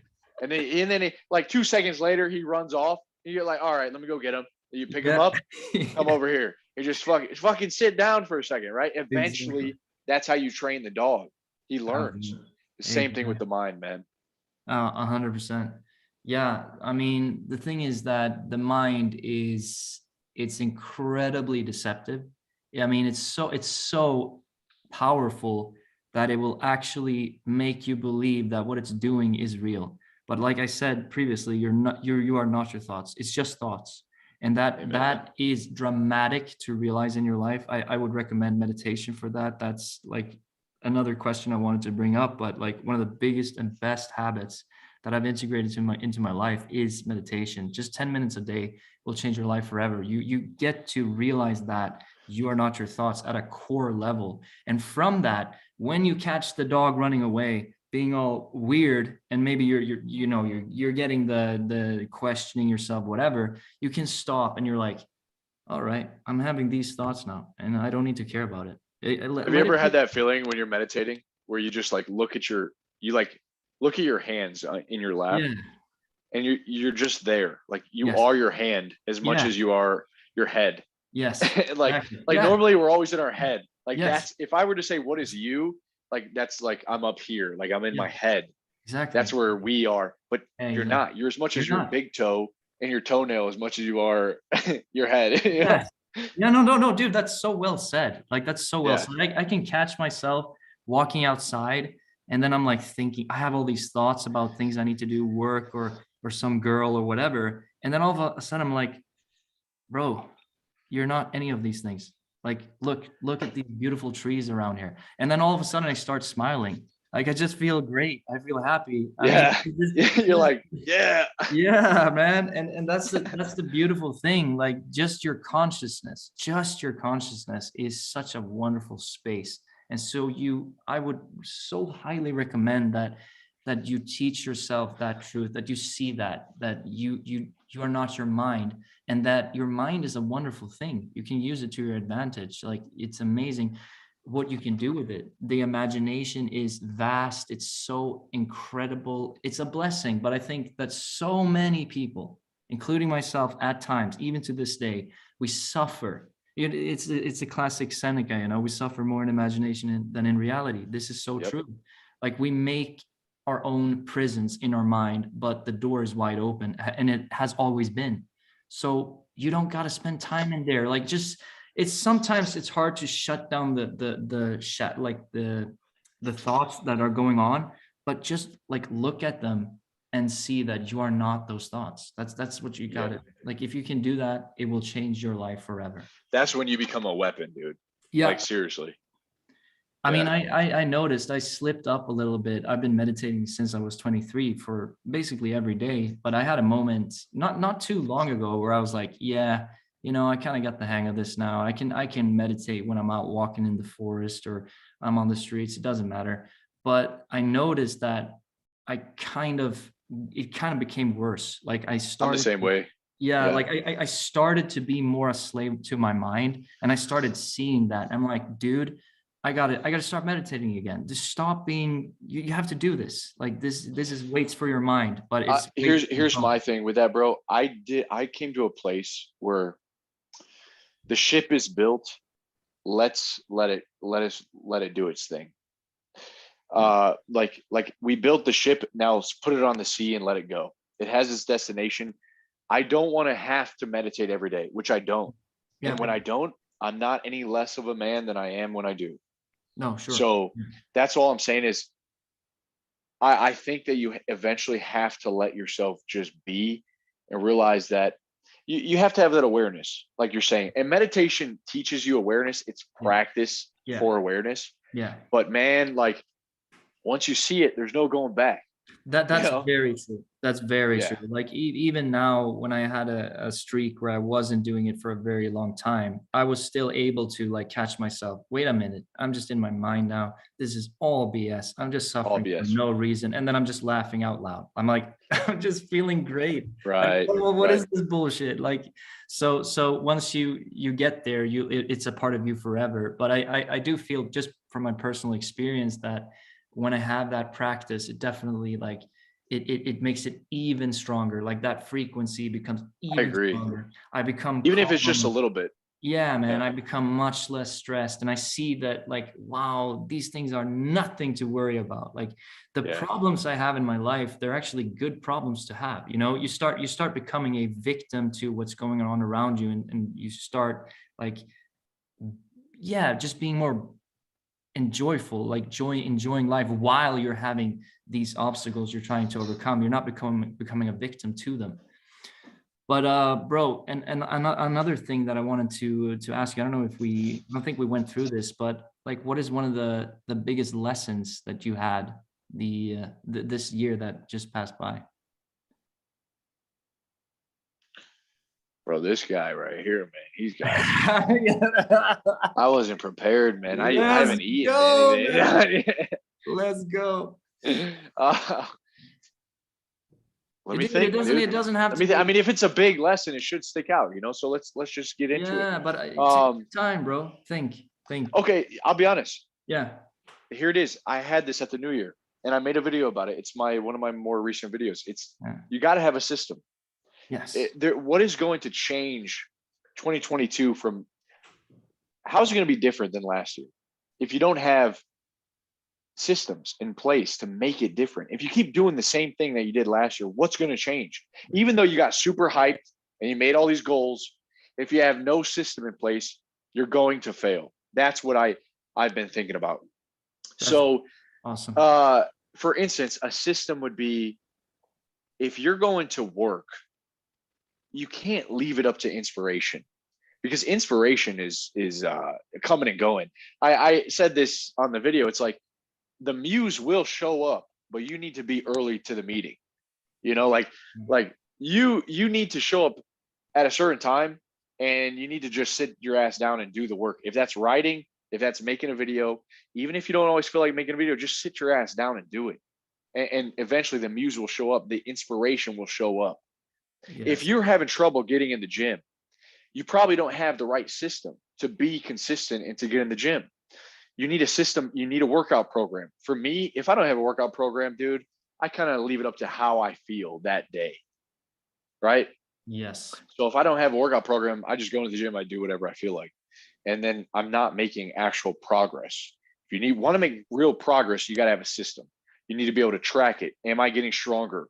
Am I giving myself progressive overload? Is there intensity? Am I actually growing? So that's, for me, the biggest thing. And I think the thing for change is that I'm trying to figure out, in what ways in my life am I leaving so up to inspiration, where I need to leave a system there so that I can take out the guesswork. Does that make sense? Yes, dude. I mean, I wrote a personal development journal. I just released. Oh yeah. You just released it, yeah. And I gotta buy that. Yeah, no. I'll sponsor you. Bro, can you buy the bundle? Because I love your quote book. Like, the quote book, seriously, no joke, sits on my desk, right by my PC, and I open it all the time. And there's quotes from Napoleon. Like, I don't have to go and look up Napoleon quotes. Like one of my favorite of his is a leader is a dealer in hope.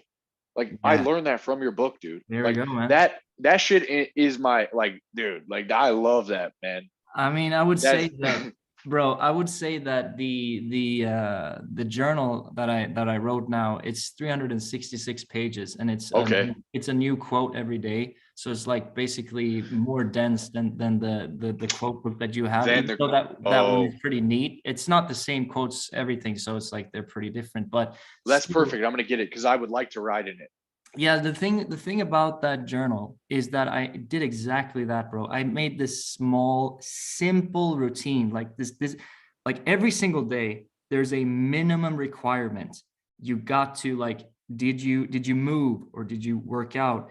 Did you do some form of meditation? Did you work on your soul goals? Did you put 20 minutes into a new skill? Like, I have this routine that I can check off daily, and that shit will change your life. Yes, like, and seriously, like, it will. I like saying, never underestimate moderate action taken consistently. Over time, that stuff compounds, and like, you make extreme progress if you're just dedicated to it every day. No matter, like, if you just do like small amounts, it will become huge. So never underestimate that domino effect, or that compound. Exactly, bro.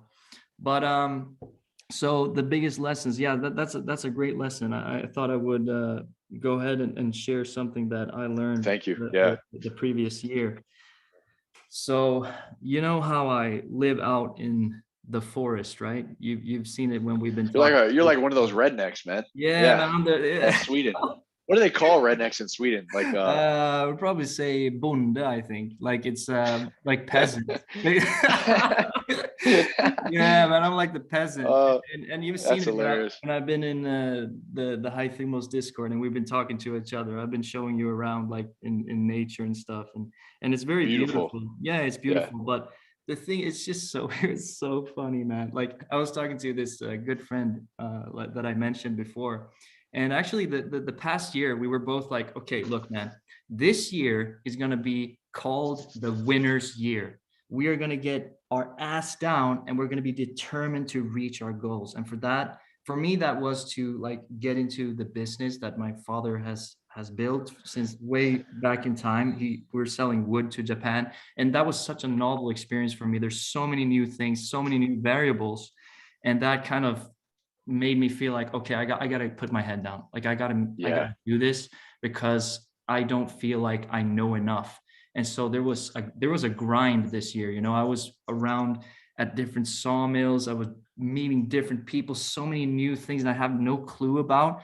And so it felt good to be like, okay, this year, 2021, is going to be about the winner's year. And I focused 20 minutes into Japanese every single day, made immense progress there. Amazing. Yeah, so like it was all about, you know, grinding. And so my friend did that too, and we both had, you know, considerable success, not to boast or anything, but that did us really, really good. I don't feel at all as stressed about the business anymore as I did a year Because ago. I remember talking to you and you were stressed. Like you were like Yes, all the unknowns of yes, bro. unknowns that were going to show up and you weren't Yeah, sure how to exactly. handle it and But the bro, technical side of things. on that, that's what makes life so much fun. That's exactly it. Like I love living on the edge. I want to feel that. I want to feel the unknown, man. I don't want Yeah. to feel like I know everything and I can like predict what's going to happen. I love that. That's the adventure. I want to feel like, whoa, what's going to happen? I got to shape up or else it's going to all fail. I love that. I think that ingredient is really important to have in life. Dude, I'm so happy for you. Seriously, because I remember you speaking about that and you were stressed. Yes. Like you were. Yeah, Yeah, you're like, man. oh, I don't know, man, if Yes. I can do this. Like Yeah, yeah. it's tough. Yeah. Yeah. Yeah, bro. I mean, there's still so many things to learn, but like that type of sort of stress has decreased a lot now. So that was definitely worth it this year to have this winner's year. And now on to what I learned, you know, besides all the things in the business and grinding and doing well on my goals, what I learned was that out there in the Shire, you know, the place that I live, that little house by Yeah. the lake, it's a beautiful place. It's the Shire. My friend was like, after the new Bro, you year. got a damn monastery. Like Yes, that's man. what He it was is. like, you know what he said to me? It's so goddamn funny. He was like, look, man, you are like cosplaying Bilbo Baggins, bro. Oh, I It's like, love that. bro, you're cosplaying Bilbo Baggins and you haven't even been on the adventure. Like, what the fuck are you doing? You're sitting in your It's leather hilarious. chair with a fire and you're reading books. Like, you're 30 years old, man. What are you doing? You can't do this. You got to leave the Shire. So that really got me thinking, like, man, I can't go on like that. It was good to do the grind for that year, but you need to be more social. It's like what I learned. Like I What's need, up next? bro, I'm gonna move, like move to a city. Really? Yeah, I mean, I thought that the last year I was gonna be in Japan and all that, but you know, because of all the lockdowns, that was not Sure. happening. Sure. So, well, then I gotta, you know, I gotta work from that, right? So I'll try to move to a city in Sweden where I have some friends there and stuff, but like I need to get that social life again. You know, I gotta get that rich social life because I realized that over time it's just not bearable, man. You have to have people in your life. You have to also like break away from the grind because it sort of exhausts you after a while. Like if you Dude, that have, wilderness, man, that's getting into your head. yes, yeah. Wilderness. I mean, so that's the biggest lesson. Like, okay, it was Yeah. good to do that year, but man, you gotta up your social life again because it's just it's not sustainable in the long run. I'm only 30 years old. I gotta go and do other stuff too. I personally, I agree with you. I think that you need like probably like at least 2 weeks, you should try to be social. Like for Yeah. me, I'll play poker with my friends like every 2 weeks. Well, poker night, you know, have a few beers, you know, shoot the shit. The next day, I feel super awesome. I feel great Yes. because I had that connection, you Yeah. know. Or maybe I'll go out and you know, I don't know, get like some wings with some guys from jiu-jitsu, something Yeah. simple. Or even in the high Thumos group, like I'll do a live talk. We do them Yeah. every week. Yeah. And every single time, bro, I just feel inspired. Talking to you Exactly. like this, dude, I'm Yeah. gonna have a great day. I'm gonna Let's have go, an bro. amazing day after this. Like Let's go, bro. seriously, Yeah, this is man. what men are supposed to do. And Yes, then you exactly. have these social interactions. Then you come back inspired. You do your work. Then you maybe a little isolation, and then you do it again. That's the Exactly. flow of life. Yeah. Agreed, man. Yeah, you fill the cup. And I think it's also like very healthy to sort of break off from the grind and just be with your buddies, shoot the shit. I mean, it gives you that energy to keep grinding and working on your stuff. And I mean, what are you doing at the end of the day? You got to enjoy the process too, like being with your friends, just a simple thing, sitting and having a beer or a whiskey with a good buddy or good buddies. That's amazing. You know, that's life right there. Yep. So if you avoid that too much, it's just not fun in the long run. So I really realized that. That's But exactly, yeah. Fill your cup, man. That's fill good. your cup. But would you mind if we if we pull through some more of these questions? Oh, So keep it going. Keep it going. Yeah, yeah. okay, let's go, bro. So I think that was about the year that's passed. So if we continue on the books, like some of the best books that we can do, like the best books ever. And also I want to mention some more of the previous year. I know some of them you've read as well. So, you know, like Yeah, Rich, let's hear yours. Yeah. yeah, yeah, Rich Dad Poor Dad. I know you read that one. Classic, fundamental. Oh man, I hadn't read it. Like and my cousin recommended it, and I know you read it, and it was just like Because you recommended it to me. let's go, bro. Yeah. Yeah, I mean, it just breaks down finance in such simple ways, and it's like this is a book you should read when you're like 12. You know, that's Yeah, it is. I wish I had him. Yeah. Man, you got to know that stuff. Like if you want to improve your finances, there's some simple ways you can think to do that, and I think he illustrates that very well there. So yeah, that was actually one of the better books that I read the previous year. And another one, dude, have you read this one, the Bhagavad Gita? I've read bits of that, and I think it was a condensed version. Yeah. But yes, I my ex girlfriend was into yoga, and she had that. She was a hippie. And Well, what not that that's. I know it's like the Hindu text, but I'm not. I'm just saying she was a bit of a hippie. She and what, was, yeah. and what do you think of it? Like, or you didn't get so far, or you didn't No, get I loved it, man. Like Krishna, I think Krishna's in there. You know, like it's a badass book. Like the yeah. war and everything. I'll Yeah. be honest, I don't really remember. No, I no, need that's to fine, dude. refresh.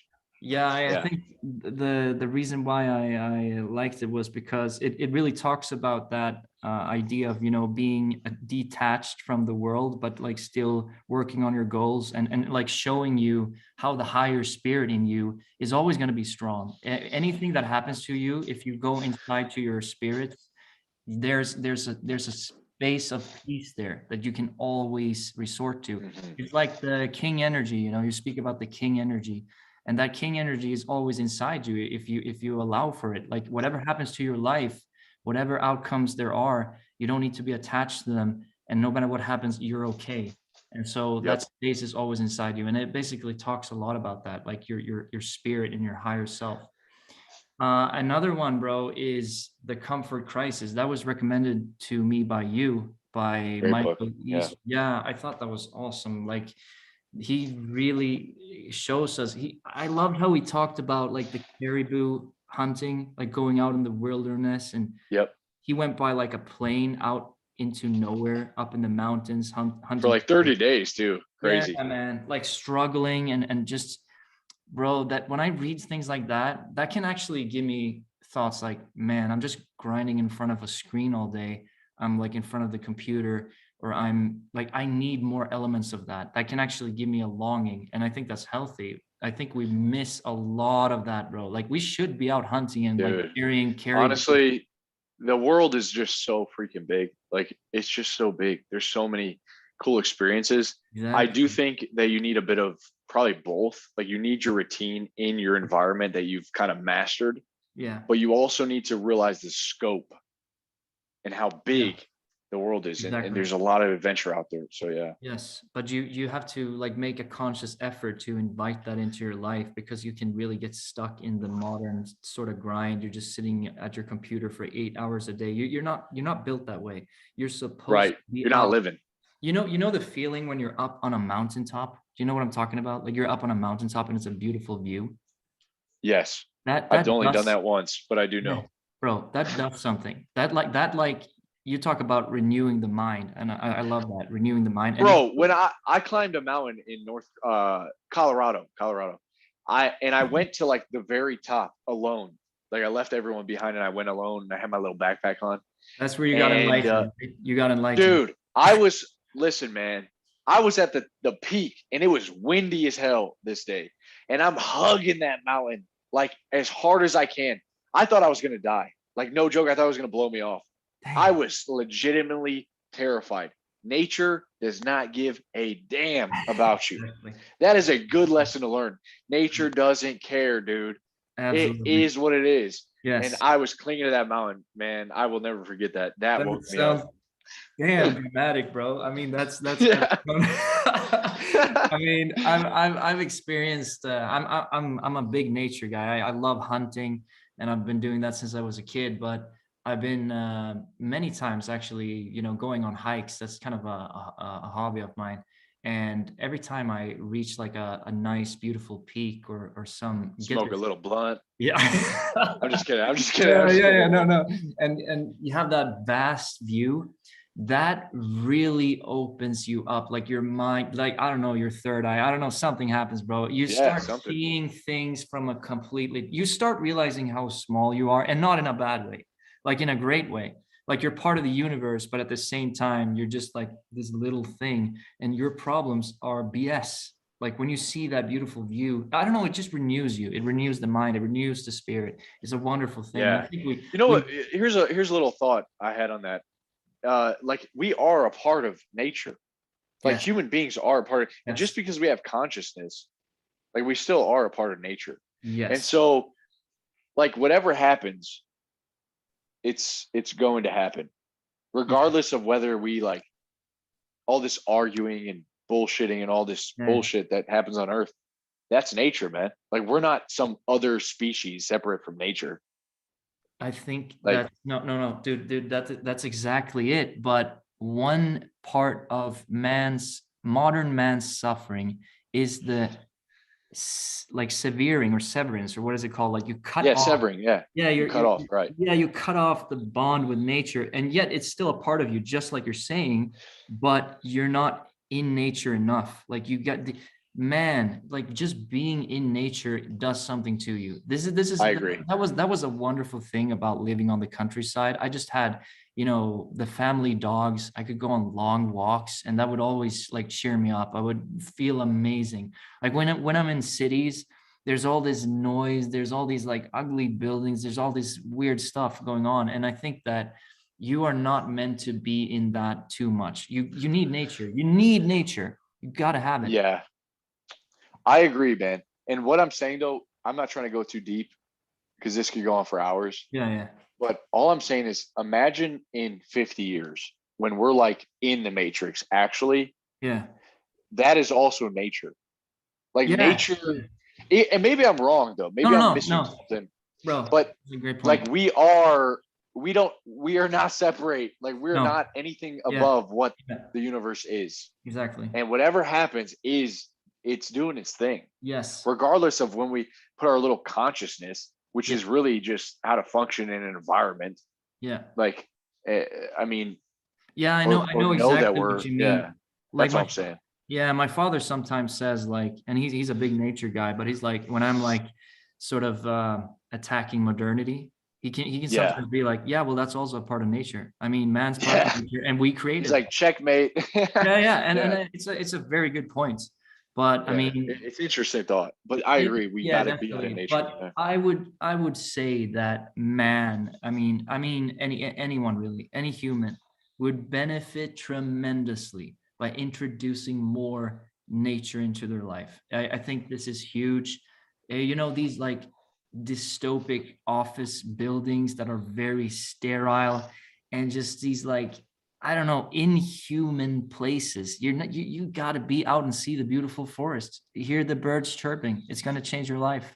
And it's so Dude, even simple. putting a window to a garden Yeah, in a man. freaking hospital. Remember in the book, that helps people heal by like Exactly. 40%. Blood pressure drops, Yeah. symptoms Yeah. of depression, Yeah. just by seeing a garden. Yeah. So there's something powerful with, yeah. Exactly. I mean, the Japanese have that expression, Shinrin Yuku, which is, Shinruku, yeah. yeah, healing in nature. And it's literally proven that you do heal in nature, just like you said. And I think maybe the next best thing you can do is introduce plants into your house or something. Like you Dude, gotta, I have a pothos plant. That sucker grows, man, here we like go. rapidly. I Yeah. love that thing. That, Yeah, that, and that, it doesn't need a water at all. Guys, get yourself a pothos plant, all right? yeah. Move out from your mom's basement and get yourself And a get plant. a pothos You're plant. freaking set. And not that plant, not that plant, not that plant, not the one you can smoke, man. Yeah, not that. Stay away from that. All right, man. Once in a So while, you're fine, but not every day. yeah. So moving on, bro. I got another one here that I know that you've taken part of too, and you're a big you speak about it a lot. It's The Sun and Steel by Yukio Mishima. Could you say that? Why do you like that book so much? So Nietzsche has a quote that there is more wisdom in your body than your deepest philosophies, something like that. There Man. is a lot of that in Sun and Steel. I think he goes, that quote just dissected. Why is there philosophy in your body? Why is there wisdom in there? And also that you need to create the body and not just worry about the mind.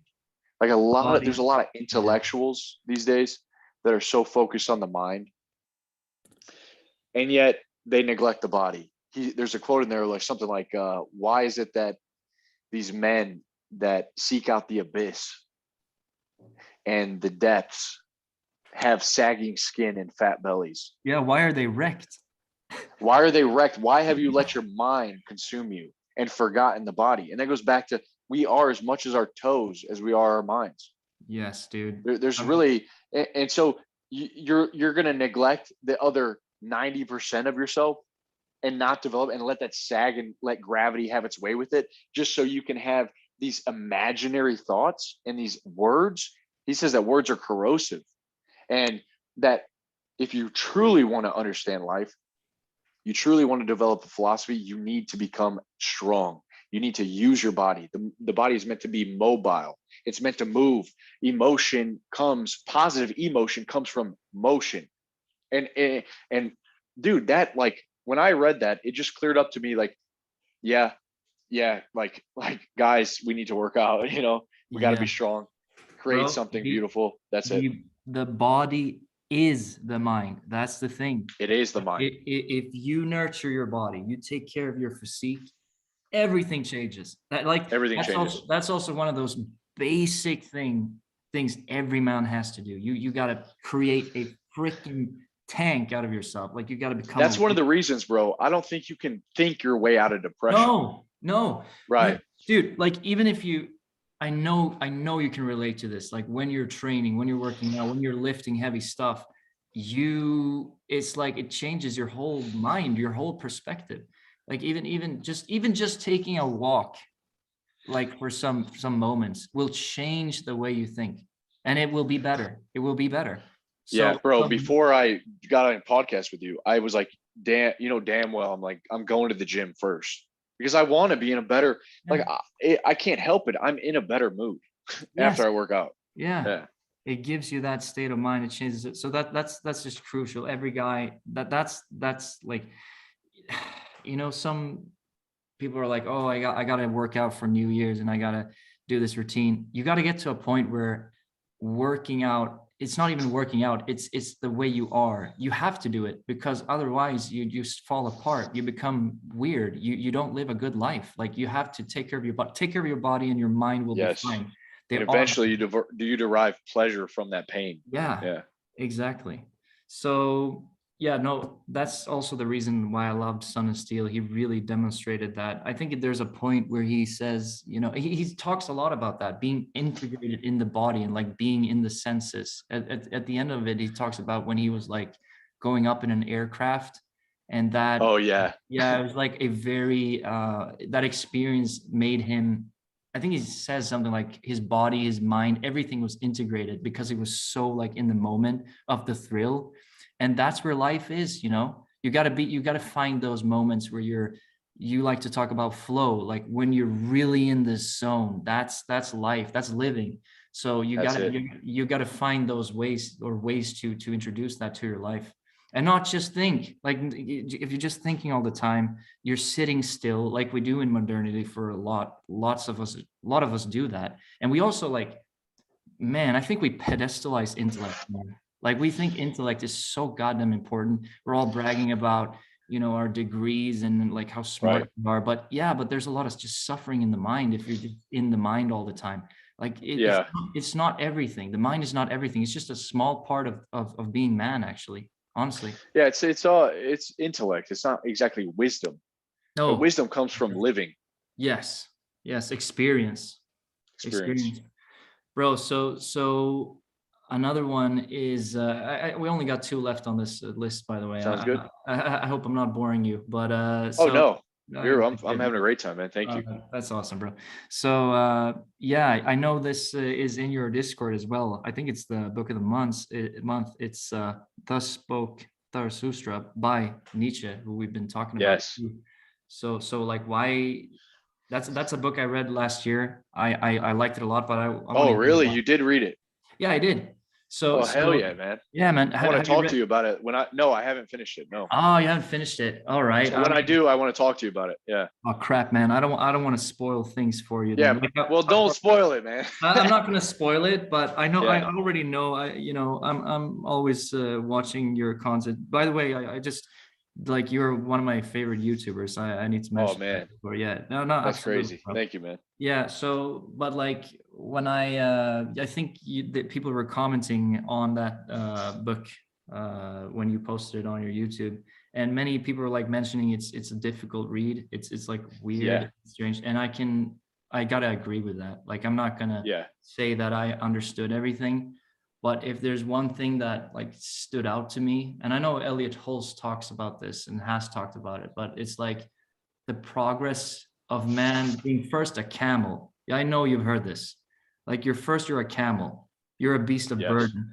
And that beast of burden, I mean, at least in my interpretation, is when society is telling you what you need to do, how you should behave, what you should think, and you become a beast of burden. You're a freaking camel, and your life is miserable. But you got to go through that stage. Everybody does, basically. Yeah. Then the Yeah, next man. stage, I go ahead. yeah. I'll just pull through this. The next stage is you become the lion. And when you're the Oh, lion, you say, fuck no. You put your foot down. I'm not having it. I'm not doing this bullshit. I don't agree with you. And you rip yourself away from society. And once you've done that is when you start becoming yourself, you know, that's when you, like we talked about previously, that moment when you're just looking at yourself and like, what the hell do I want out of this experience? And then when you've been through that stage, you become the kid. You become a kid again because now the world is starting to be magical to you, just like when you were a kid, because you're that's the full seeing, cycle of the hero's yeah, journey, that's the man. You full come back cycle. home. Yes. And I thought that really stood out to me. And I feel like that's poetry. And I think it's very true, like what he says there. That Yeah. process, I can relate to that process a lot. Yeah. I see what you mean. The reason that I picked this book is because I've always been fascinated with Nietzsche. Mm-hmm. He kind of dude, if he had YouTube back in the day, I bet you he'd be on Oh, YouTube. man. We've been Like, are you talking kidding about me? it, This guy pumped out books. He would be on YouTube, man. bro. You know, Based Ibermensch. Let's go. right? Yeah, it'd be nuts.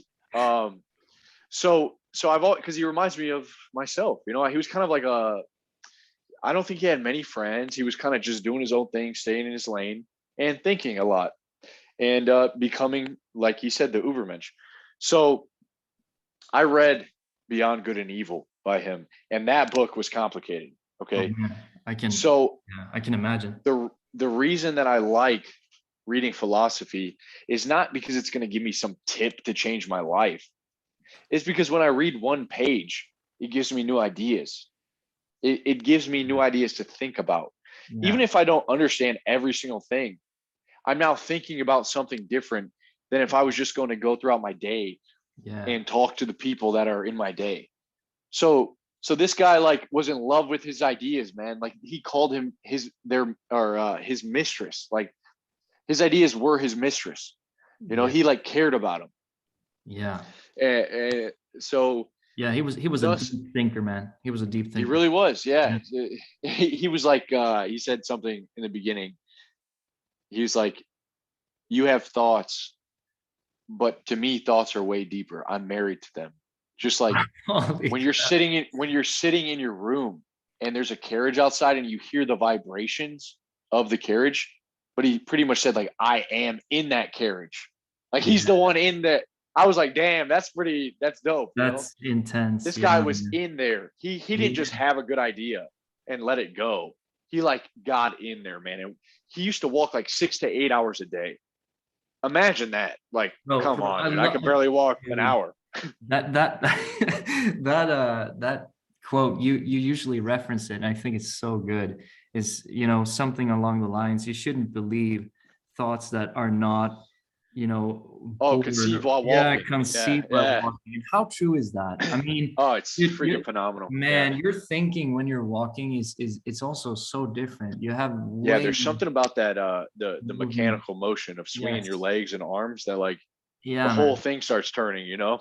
It's amazing to think, dude. Like, what if you, instead of being in your mind, being depressed and being on TikTok, I don't think the viewers of this content are on TikTok, hopefully not, but you know, instead of doing that, go and take a walk. And then while you're walking, you will get an idea to exactly what you need to do to level up in life. So, I mean, just by doing something small like that, you can change everything. Like, you can change your mindset. If you just walk out in nature instead of scrolling your phone, you'll have a completely different outcome in your life. I mean, it's really, that's really how it is. It's huge, man. It's huge. Yeah, it really is. But yeah, man, moving on. Real quick, last point of why I even picked that book though. Yeah. So I was reading, like, that is the accumulation of all of Nietzsche's work. And he had made a resolution at a certain point that he was not going to just critique the world and be negative. Like, he was actually going to affirm life. Exactly. And so I think that is what Thus Spoke Zarathustra is. Exactly. It's more life affirming, more powerful. So yeah, that's why I want to read it. Yeah, but that's great. Like, it's that's what I've heard too. Like, that's when he realized there's positivity. That's where there's the possibility for the Übermensch. Like, we can be amazing. Man has infinite potential if we do it right. And so, you know, I think he's also talked about nihilism and stuff, but at that point in that book, he realized how he can overcome that and become the Übermensch. So yeah, that's also why he said, like, I'm the only true nihilist because I've overcome it. Yeah, man. There you go. No, so that's amazing. Yeah, but I think you're gonna find it.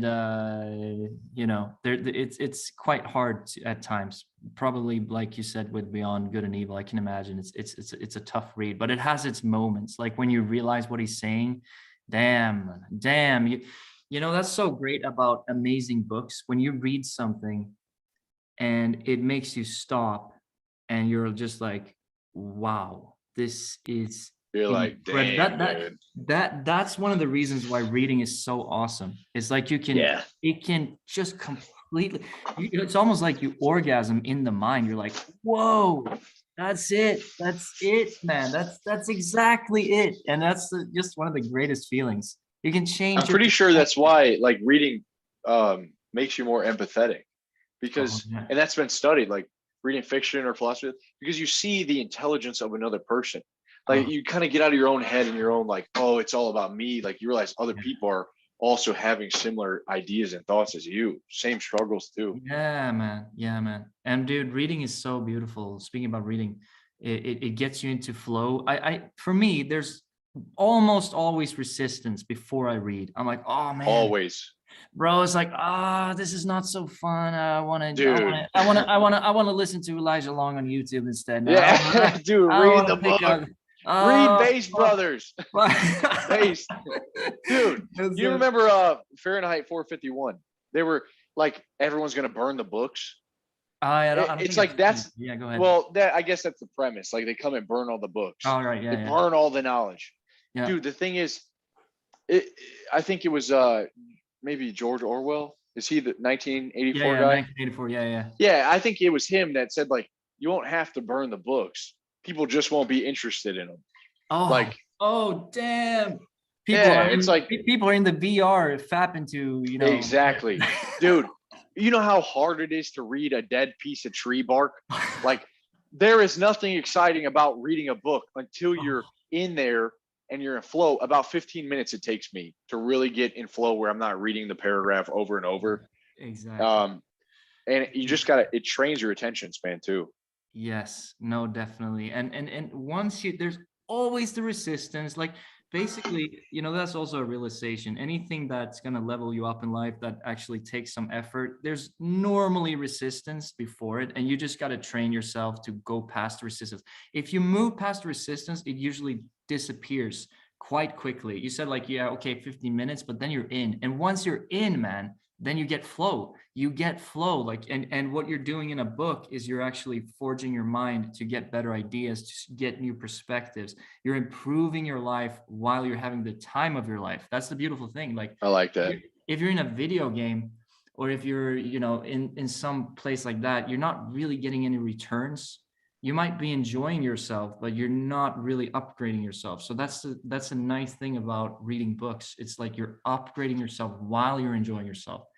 And I think that, man, if there's one thing that can completely change your life so much and improve your life in so many ways, reading is one of them. Like, you can be. I'll have to say that's been a huge thing for me. And any guys listening to this, even if you read, like, try to aim to read one book a month. Because most people don't read one book in a year. So if you can knock out 12 a year, you're going to be leagues ahead. Yes. Another thing is that if you just read one or two books in any given subject, you're already ahead of 95% of people. Yeah. Like, yeah. So there you go. Dude, on that subject, it was always like, boggles my mind that there are all these apps like, oh, read a book, read 40 books in a week and get the juice out of the book. And like, dude, that's not what it's about. It's about enjoying and taking your time. I don't think it's about just, you got to get more information, like fapping to information. No, you're supposed to, like, take that information in at a pace where you're understanding it and you're enjoying it. Like, it's not about, oh my God, I got to get all this knowledge. Bro, take your time. You're supposed to enjoy There's it. a guy in our group that calls it like watching YouTube videos and just like these quick bullet points. He calls it intellectual pornography. I thought that was pretty funny because it is, man. It's like you have a fire hydrant of this stuff coming into your head, but you never absorb it. And so when you actually sit down, read and think, you start to develop different understanding. Yeah, I mean, that's the way I look at it too. Like, you want to get into the habit of actually reading The Dead Tree. That's what it's about. So, read the tree. Read the tree, man. And so, the last book here that I was from the past year that I really enjoyed was Skin in the Game by Nassim Taleb again. So I think he's a great author, by the way, or at least the things that I've read from him. Yeah. But, a takeaway from that book is the extreme importance of accountability, like personal accountability. Because if you don't have personal accountability where you actually suffer the consequences of your behavior, you are going to act weird in society. So, like, if you have consequences to your behavior, and we don't need to go into that, but, like, politics, all that, we can leave that out. But I'm just saying that he illustrates that if people have real accountability and there's consequences to their behavior, that is going to make them behave in a better way. Normally that will be the case. And it makes a lot of sense. And he illustrates that at the individual level and the macro level. So I think he does a very good job at, like, showing principles that really operate in the world. And he shows that in different dimensions of the world. So yeah, I thought that was really interesting. Yeah, accountability. I've also read that book. Yeah, it's a great book. Yes, it can be a little confusing at times. I listened to it. It was a little confusing at times, but I agree. Get skin in the game. Actually get skin in the game. It's not all about your intellect. Get skin in the game. Like before you speak. Yes. And also the accountability, which is Yeah. huge, man. Yeah. I have when there's accountability there, you want to be better because Yeah. you don't want to let people down. Yeah. And it's also a thing, dude, like when you're walking around the world and if you see that somebody doesn't have accountability, but they have all these huge opinions about stuff. Look, man, I have a lot of opinions and I probably make this mistake, but I mean, We all do, yeah. if someone has a lot of opinions, but they've never experienced it themselves, they've never had any consequences of that, then like, can you really take them seriously? You know what I'm saying? So that's No. also the thing. Like, if there's no accountability, can you even put any weight on their words? So it's just like this little neat thing to think about in your day-to-day life. Like, does this person actually own up to what they're saying, or is it Yeah, just complete that's a BS? big one. Yeah, Yeah. 100, dude. Even when making YouTube content, Yes. like Yes. uh, like I always try. Like I'm not talking about how to make $1 million because I haven't made $1 million. Yeah, You know, dude. Dude. like I can't. It would be inauthentic. That's why, like, be who you are and just live life. Life will teach you what you need to do. But Yeah. there's a lot of people faking it. That's for damn sure. Bro, that's It's easy to do. also, You almost feel like you need to sometimes, but you yeah, don't. Like it's a you lie. don't. Don't do it. No, bro, this is, I'll say it again. This is one of the best things about your channel is that you are real. It's just in a world of fake that it's just so much appreciated. Like that, I that's what appreciate that, really man. draws you in. So keep going like that. And I will. I will. eventually, if you're fake, people are not stupid. They'll see it. They'll see right through your bullshit.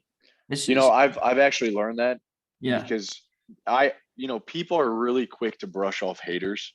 I Hmm. think haters actually are a gift because Yeah. haters always come with a bit of truth. And if you take what they say, not every hater, there's definitely some people out there that just want to hurt your fucking feelings and be Yeah. mean. Yeah. But if you take what they say, you're like, maybe they're a bit right. Maybe I need to calm down a bit.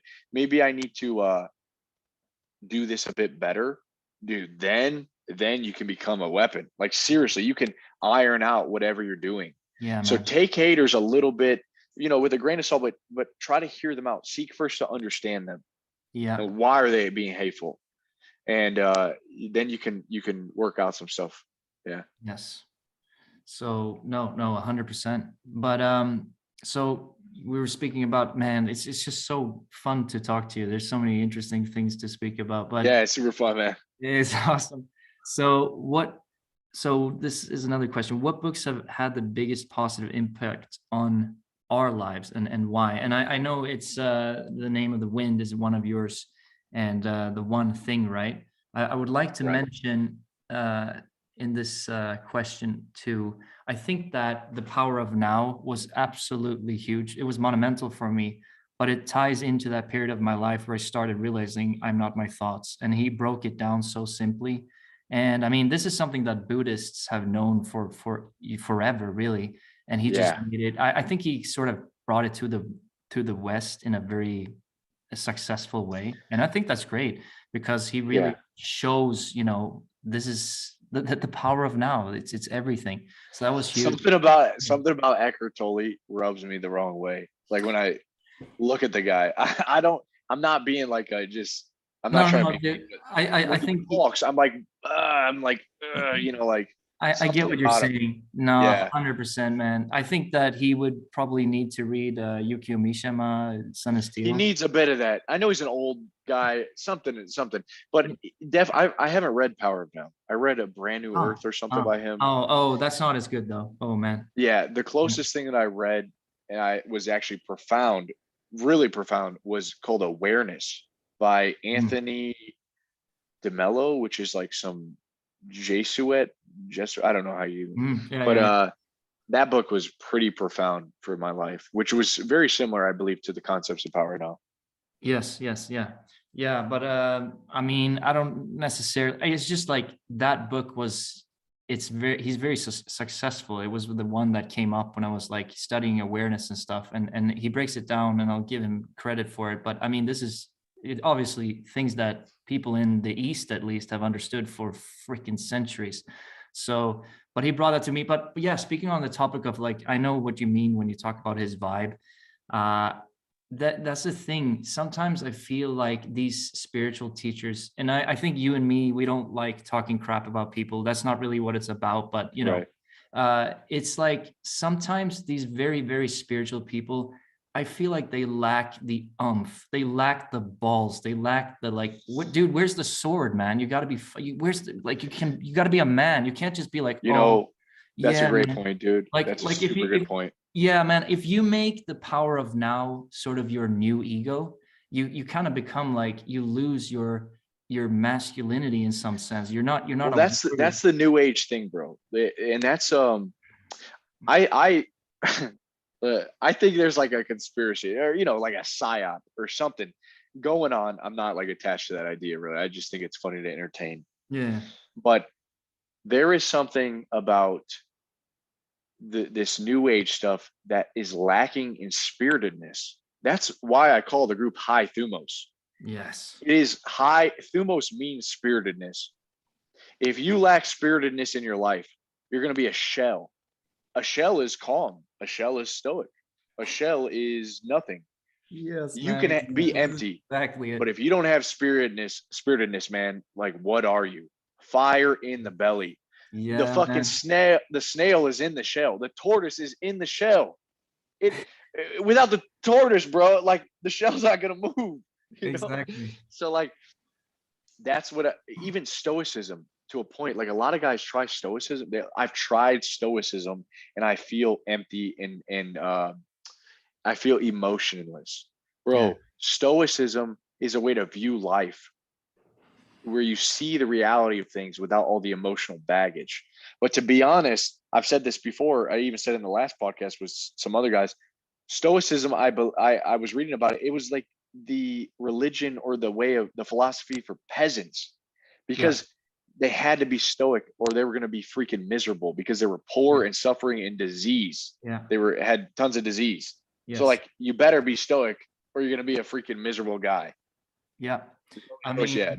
yeah, Yeah, speaking about that, I mean, that's actually one of, if you ask me, one of the greatest books I've ever read is definitely Meditations by Marcus Aurelius. I know a lot of same here, guys brother. will say that, but dude, when I read that book, and it was maybe like, I don't know, 3 years ago, bro, that was a book where each time I read one of his like paragraphs, I was at so many times I had to put down the book and just stare out and be like, damn, son.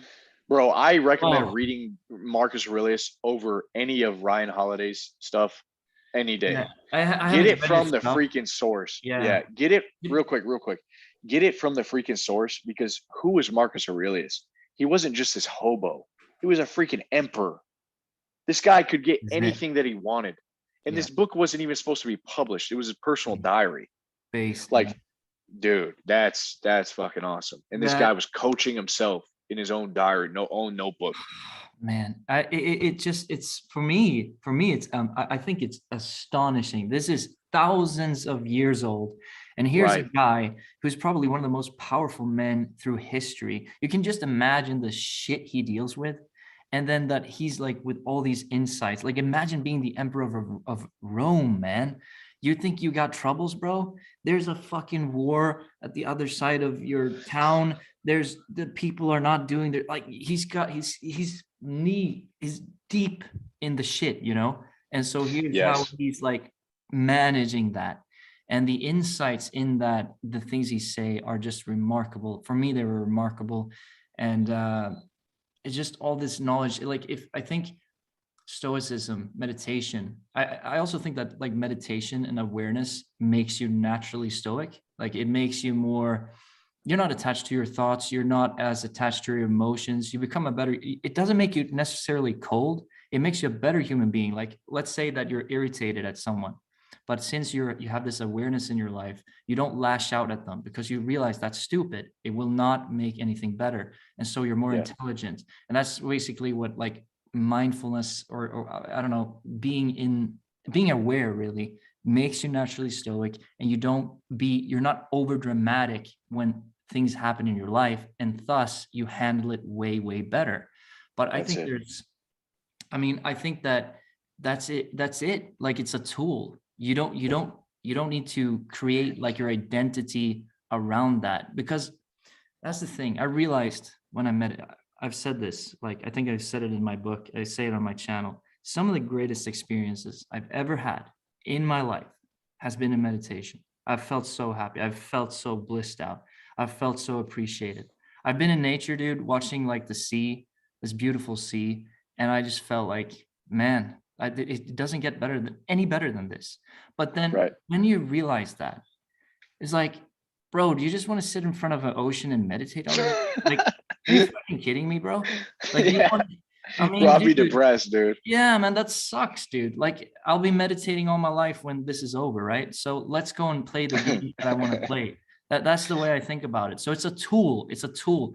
You don't need to make it your freaking like, oh, I'm just stoic and I'm just like in the moment. Bro, you got to have goals, man. I think more than ever, man, we need guys that are scooping their freaking nutsack, you know, and actually going out and having fire. Yeah. And not this new age stuff of just being present. There was a time in my life, a couple of years, I was like always trying to be present, and it made me like kind of weird. Like, you don't always need to be present, you know, like, don't be stop it. Stop that shit. Stop it, man. You need to be the yin and yang. Be stoic, which is just have the overarching view that you're in the universe kind of is doing whatever it wants. You're going to suffer, deal with it, right? Deal with it. But you also need fire in the belly. And I'm more on, that's what I want to bring, man. And I feel that in you, like talking to you, I feel that lust for life, no, it's that fire. The same, man. So, you know, speaking of that, like how do you think men can ignite the fire in their life? How do they It's you know, it's testosterone, Brad. Like, when I say scoop the nuts, like, it's a feeling. It's a feeling. And I say scoop the nuts, go up to a girl. It's not like you actually grab your nutsack. It's like you feel the desire to conquer as a man, and you take that and you go in it. You don't just say, "Oh, I'll get him next time." Like, no, you won't. Bro, what if you might actually not see her again? What if you actually grab your nuts when you did it? Like, you grab your balls when you walked. Dude, I was hanging out with this guy. No joke. I was hanging out with this guy, and he, like, some guys do this. They literally always have their hands on their nutsack.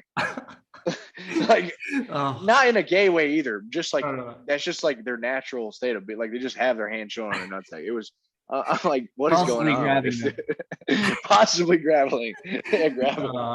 Yeah, but I mean, that's the thing. Like, how do you introduce more of that high spiritedness, the fire? I think it's all about doing shit that makes you freaking uncomfortable, man. Like, this is where our brands really have parallel. Like, absolutely. You know, like, they're in sync. I call it the high Thumos lifestyle. You call it base. Like, dude, live the life, live the base lifestyle. Yeah, exactly. Base high Thumos lifestyle. Like, seriously, dude, you gotta do certain things to give you the energy, to give you the fire. Man, like, okay, you get based, you understand that you got this one shot and you got to live it the way you want to live it. Fuck everything else. This is it. And then when you do that, go on the adventure, like, go balls deep. And during that, you'll get that fire. You'll get the high Thumos. It will come into your soul. Like, by doing tough things, the things that you like, most of us know what we want to do. You want to talk to that girl.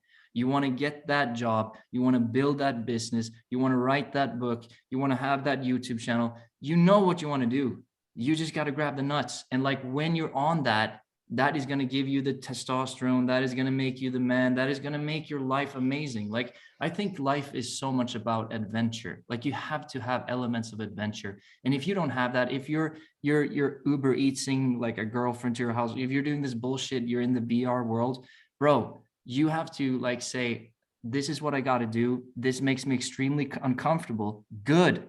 That's awesome. That's great. Go exactly there. Like, where you feel fear, like, you know, you want to do it, you know, you want to achieve it, but you're holding it off because of X, Y, BS. Yeah. That's it. That's where the fire is. And you got to continuously do that. It's that's also a never ending story. It's not like, oh, now you're a billionaire and you've done all these things. No, you always got to do that. There's always going to be things that you want to do that ignite that fire. It's a huge part of life, that adventure. Yeah. Yeah. Yes. I mean, why do we? Yeah. Go ahead. Oh, I was just gonna say, like, you look back to evolution, man. We didn't evolve to be alone either, No. and society is becoming increasingly isolated. You know, what's the craziest thing, to see those damn bubbles around like restaurants where people would eat their food in a bubble to not spread COVID.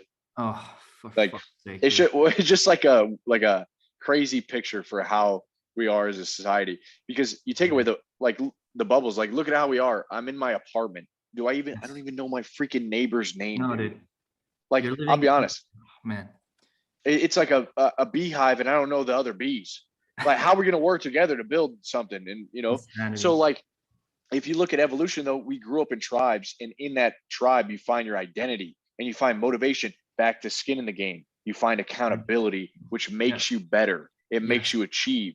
Dude, that's why I said, you asked me earlier, my greatest accomplishment, it's having a strong, tight knit group Yeah. that I participate in. Dude, And it's beautiful what you're building there. And I yeah, think, thank you. And I'm not even no, it's pointing great. this to me. I'm saying, for any man, whatever you're doing in your life, find a group. Like, Yeah. find something that you can Yeah. get in with. For me, like, even in my own personal, like, jujitsu, like, there's guys in there that are cool, they're strong, they care about progressing and being better than your average dude. So incorporate that in your life, man. You're evolved to be in that. You're not meant to be alone all the time. Yeah. Sometimes, not all the time. Dude, let me dive a little bit deeper into that, because I think community is definitely essential. Like I told you, like my experience this past year, it was too little social life, and it's just not healthy. It's not good for you. Yeah. Yeah, you can be on the grind. Yeah, okay, Sigma male. Yeah, all right, that's cool. But no, you need community. You need strong men around you who shaping you up, who make you even better. You need that. But I think there's like a combination, because if you become, I don't think you and me are really in the risk zone. We've realized this very deeply, but we are pretty much, we want to live life the way we want to live it. Like that's basically how I try to operate all my life. Like that's my compass through life. I'm going to create the life that I want to live. I'm adamant on that. But at the same time, that doesn't mean I'm not going to be social. I'm not going to be part of a tribe. That means that I'll invite men that are going to make me better, that are going to help me reach my goals. I'll help them reach their goals. Like, it's all about inviting the same type of mentality. Men that want to grow, they want to improve, they want to live a great life. They're not going to settle for a freaking bubble in a restaurant scrolling their phone. They don't want Yeah. that. Like, they want to live the adventure. And it just becomes way better if you're not doing it on your own. I mean, like you say from I think it's from the 48 laws of power, the thing about not building fortresses around you. And it's just so true. Like, if you have a good social circle, like high level men around you, this opens up so many more opportunities in your life. It's crazy. Yeah. Dude, I that's mean, why in Genesis, like, I'm pretty sure God, he made Adam, right? He made Adam yeah, first. And he's like, you're bored, eh? He's like, man's not meant to be alone. And so he yeah, creates Eve, yeah, and then they start making a bunch of babies, and that's yeah. that's how it all starts. But yeah, man, we're not meant to be alone. No, we're not meant to be alone, definitely. So you gotta have that community. But I think the thing is also, you want to, I mean, this is my case, I think it's true for you too, but you want to have your unique identity. You want to live your life, you're based, right? So I think Nietzsche says something along lines, if you're willing to go out of the tribe, like not going with the tribe all the time, you're going to feel very lonely. But Hmm. nothing is more worth it than owning yourself. And I think that's very, very true. So I don't think we're in the risk zone, by the way. Like, we already know that we're going to be determined to basically pouring out our souls on this earth while we're here. But that doesn't mean we're going to do it on our own. That would be horrible. Like, there's so many things, so many blessings. One of the best things about life is relationships. It's It that really simple. is. It really is, You man. know, this is a thought I've been having and thinking a lot about is, in the Bible, there is a verse, I think it's in Matthew, and it says, when two or more are gathered in my name, I am there in your midst. I freaking love that verse, man, Wow. because that's so powerful. we live in an increasingly godless society. Yeah. Nietzsche said it when he said God is dead and we've killed him. And now look at our society. What else is it? It's not only godless, but we're isolated. And so when you bring people together that care for one another, that love thy neighbor, you know, that actually want the best for the individual, then you have God, and God is hope, and God is love. And that, dude, that you can think this sounds kind of corny or whatever. No, Good. I Dude, know. what is missing? Love is missing, and Yeah. hope is missing. There's a lot of hopeless individual males and men are the leaders, dude. Men aren't meant to be alone. Men are the leaders. You take the man out of the family equation, the whole thing crumbles. Man is supposed to have God in his life, which means man is supposed to have other men united. When two or more are gathered, there I am. And dude, that to me, man, that gives me goosebumps thinking about, because you know, like what else is more powerful than that? Exactly. Like dude, Bro, what we're doing now, like God is here, man. Like hope is here. Yes. Like it's And amazing. I mean, bro, we're talking to each other. I'm in the group. We're doing stuff, and it makes all the difference.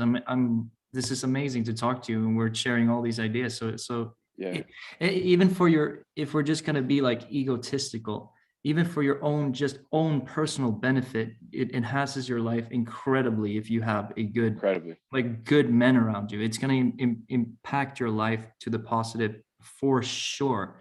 So yeah, man, yeah. definitely. And you may not have that. Like anyone listening, man, you may be a young buck, kind of just figuring things out. Life is confusing. I get it. I'm still confused. Yeah, yeah, But just keep going and yes, try. yeah, Try. That's all it yeah, takes, is one step in front of the other. yeah, And you wake up, you do what's in front of you, you stay on the lane, you stay on the path you're on, and you yeah, figure things out as they come along. Don't yeah. get so stressed. Like Emil was saying, just calm down. Just calm down. Calm down, Things will calm show down, man. themselves. Yep. Yeah, man. Bro, do you still have some time, or what's up? I We can wrap it up. Yeah, yeah, yeah, yeah. So let's wrap it up about the God thing. Could you share? So I know you're raised Christian and all that, but like, what's your experience with religion? And I find it so interesting when you talk about it in your videos, because I think there's a lot of wisdom in what you're saying. One thing that I love, quote, I think it's a quote from the Bible, is like, what does it profit a man if he gains the whole world but loses his soul? And things like that, makes you really think. And personally, that's what the woo people say, I guess, but I'm very spiritual. I think there's this higher energy. uh I'm very aware of that, and it's been more and more as I grow older. But I think Sweden is probably one of the most atheistic countries in Europe. But I think there's something to religion in these old scriptures. There's a lot of wisdom. Naval Ravikant said, there's two types of fools. There's people who take religion too literally, and then there's people who disregard it totally, completely. I think that's kind of where I stand on it. These are old scripts with a lot of wisdom. So anyways, what's your take on religion and Christianity, which you were raised in? We've all heard the saying that good times create weak men, right? Like, Yeah, yeah, hard times create strong men. We've created a time where God doesn't really exist. More than ever, there's atheists running around. It's kind of like an identity thing. yeah. Or not even if you're an atheist, but the lack of living like there even Spirit, bro. exists a God. Like there, Yeah, yes. I think that that's making a comeback, yeah, because in a society where God is dead, you have a lack of reverence for certain things. I choose to live like there is a God. And trust me, man, like that's actually probably where I'm at right now. Is I'm realizing I went through the hero's journey kind of with this. Is like, I was a Christian, I was born and raised. You asked me what the most important book is, it's been the Bible. Like that has impacted me more than any other book, if I really Did think you about read it. did you read that beast all through? Not front to back, All but right. I grew up with the stories I've read. I know many of the stories, I know much of the Bible. I went to church every Sunday, Sunday school, men's group with my dad.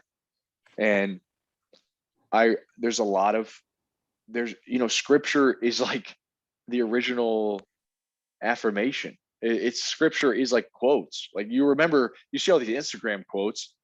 I know the Bible, like quotes, like that was meant to stick in your mind for any circumstance that you ever go through, is that you always have scripture, you always have the word, and the word gives you hope.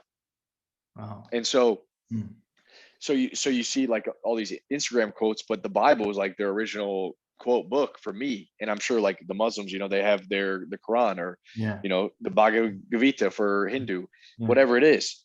And so yeah, it's super powerful. Even prayer, man. Prayer, if you think about it, like we have all these guys and they say, oh, should I do affirmations?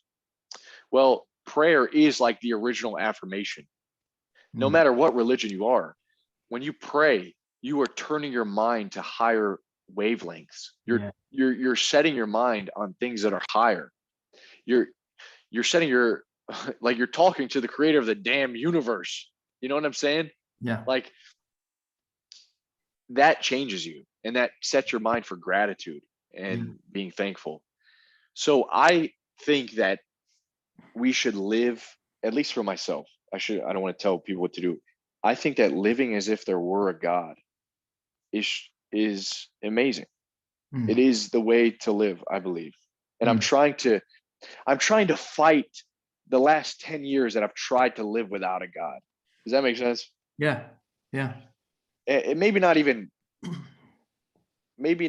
consciously, but the world that I live in has kind of pushed me to think that that's okay. Yeah. And that is like me kind of waking up thinking, hold on a minute. Why? Like, why is that okay?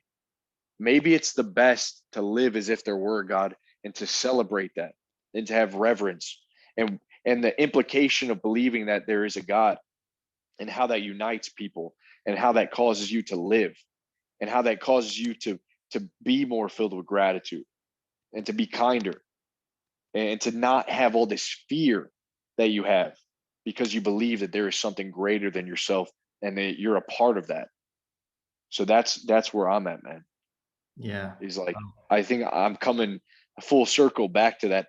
And I think it's almost like I feel this, I need to talk about this, and I need to be unashamed of that, because there's a lot of shame. You got to tiptoe around. You got like always walking on eggshells, because you don't want to offend anybody. You don't want to offend the atheists, or you don't want to be that guy that talks about God and then people run away.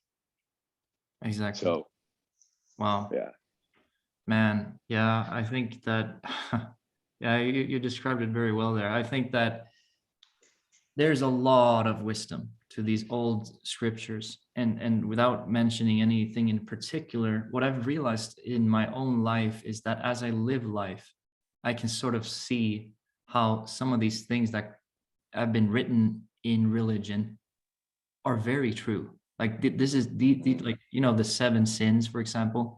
Like without going into detail, I can tell that, well, I don't know. I don't even know if I can count them on my hands, but like, if you're too lustful, if you let your dick steer your life, that's not a good life. That's gonna be that's gonna be trouble for you. If you have gluttony, you eat yourself fat, you're degenerating. The body is the mind. Now you have corrupted thoughts. Like I'm starting to see a lot of these things that they talk about is a way to they're trying to show what you talk about, the narrow road. Like if you have these principles in your life, you're going to be stronger. You're going to be able to handle the things that are thrown at you in a much better way, and you will live a better life. You'll be a better human being. So there's a lot of wisdom in it, definitely. Have you ever heard the acronym for Bible? Like what it stands for? No, tell me. It's just people like say it stands for basic instruction before leaving Earth. Wow. Like I thought that's kind of cool, because it is. It's just like you said. It's basic instruction on how to live your life here on Earth. Based instruction before. Oh, I like that. You said based. Yeah.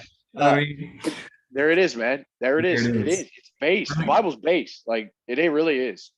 Yeah. There's some realizing that. But even Jesus kind of, you read the New Testament. If you haven't read the Bible, the New Testament is probably where you kind of want to start. It's just the gospel of Jesus and his life, from him being born to him dying on the cross and what he was here to do. If you want to go in the Old Testament, I recommend Psalms and Proverbs. Those are great books. I've heard that they're But really cool. Yeah. One of the things that we can wrap it up here shortly, but Yeah. at the end of the gospel, man, Jesus is like going back. He's like, all right, I'm taking off. He doesn't say it like that, but he's like going to heaven. He's leaving earth. And he says to his disciples, his 12 disciples, he says, go and make disciples. Like, go and make more disciples. Go and spread the gospel and give hope to the other people. And man, like, that's us, dude. Like, that is every young man that gains power and it grows up. Spread the freaking gospel. Like, spread the good word, the message to other men. We are in hard times right now, and we have to spread the gospel of hope and lift each other up, build each other up. That is our responsibility. We don't just get to be selfishly improving, right? We have to be like light in the dark. Yeah, that's beautiful. Yeah, dude. Yeah. I mean, to wrap it up, I feel like I can talk to you for hours and hours, because it's just we'll do it again. We'll do it again for sure. It's just so interesting. Like, man. Anyways, the whole religion thing, you can go balls deep and talk hours there, of course, but from my personal view, I just think that even if you're like me, I would say that, like Naval, take religion too literally and you're a fool. Disregard it totally and you're a fool. That's kind of where I am at. I agree, man. And the thing is also, in a way, I can be kind of like, I think that there's cultural things about religion too. I sometimes I get a little bit like, oh man, Sweden. Imagine when Sweden was like believing in Thor and stuff. That sounds, maybe people think that sounds retarded, but I think that's really cool. That was an amazing culture in many ways. People appreciate the Vikings, right? So yeah, dude. Well, there's a powerful story there. Like, it's not. That's what I'm saying. Like, you take it, like you just said, take it too literally, you're a fool. Don't consider it all, you're also a fool. Like, all of these things are stories and they have their place. It's and myth, at the end of the day, like God is God. God is God, no matter what book you believe in. I'm not a Christian, don't get me wrong. Like, I don't consider myself a Christian. But I believe in God. And I think that's gives my life power, like a meaning, and helps me understand. I think that it seems to me that it's inherent in man to believe. It seems to be like something that man has always done. And so when we like sort of disregard that in ourselves, it sort of makes us more empty. We're more prone to the degeneracy. The nihilism creeps in a greater degree. But that part of us is like, that's at least my experience. It's inherent to us. Like, if you're out in nature, or you're seeing something beautiful. I mean, maybe you're seeing a beautiful woman. How can you not find that completely amazing, right? So just like this feeling of awe and appreciation of the greatness of what you're experiencing. Yeah, what do we say when we see something like amazing? We're like, oh my God, look at that ass. Exactly. We know, bro. We know.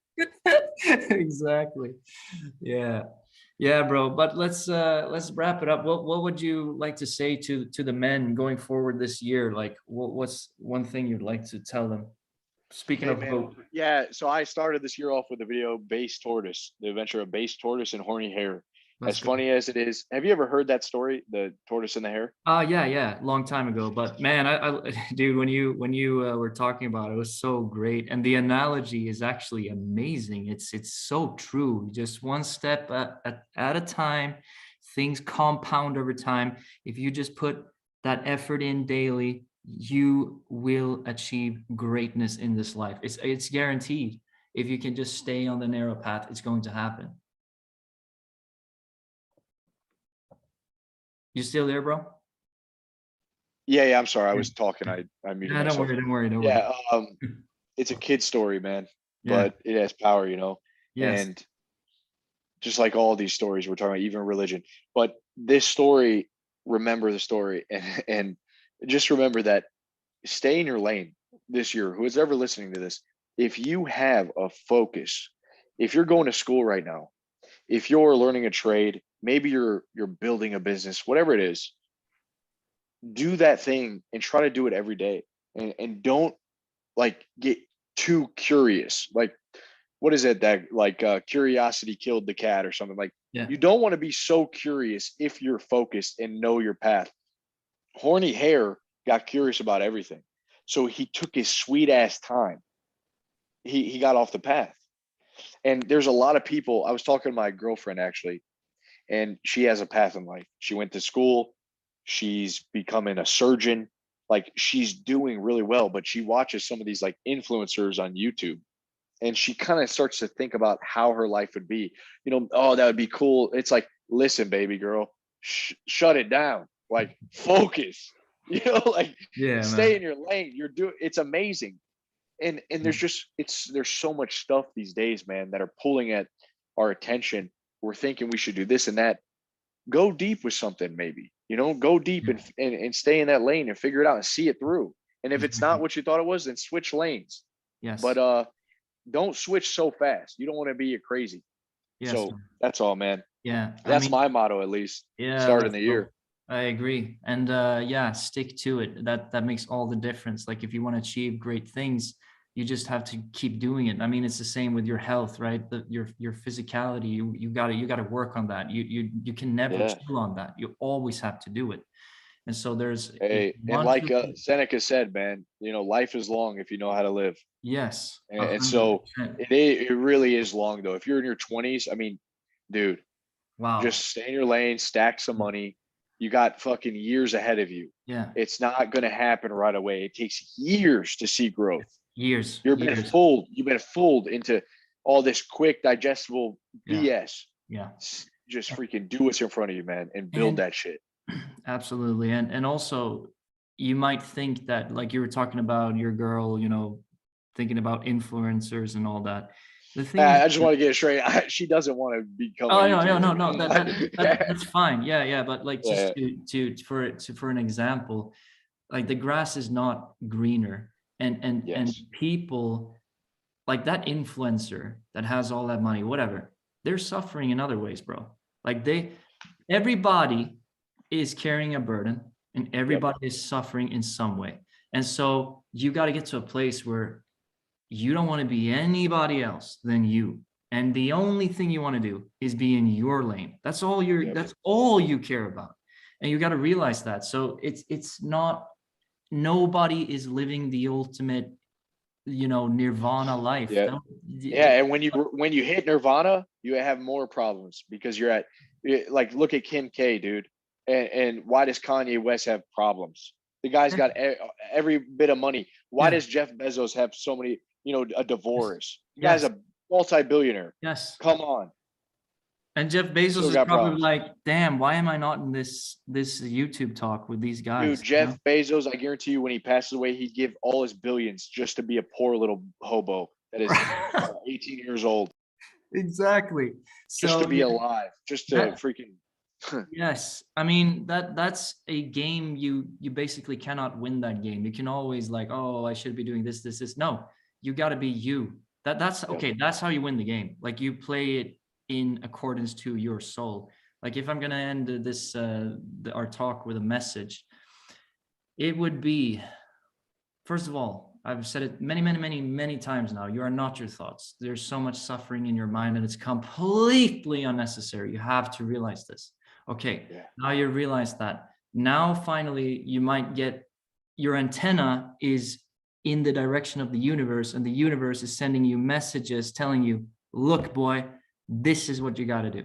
This is what you need to do right now. And then you do that, man. You do that.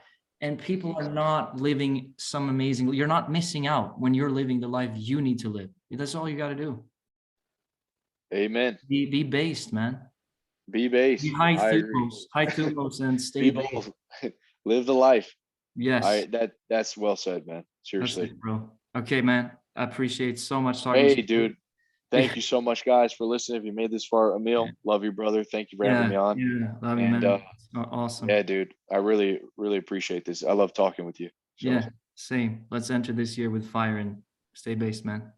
guys, go buy his book. Seriously, give it to Yeah. somebody. Oh man, we got to do the classic stuff. Oh, hit the Oh, yeah. like button. Oh, Yeah, subscribe. yeah, but like, yeah, man, go and check out Elisha's High Thumos community. I've been a part of it for quite some time now. We're having really interesting discussions. We're helping each other out with business questions and just Yeah. different troubles that guys have in their lives. And here are guys that are, similar path to me. They're trying to achieve greatness, and so it really helps me out. It's amazing what you've created. I hope that I can like meet all the guys live sometime, because I think that would be, the We'll next step. definitely have a meetup, like all over, man, for sure. It's happening. Like, Good, man. yeah.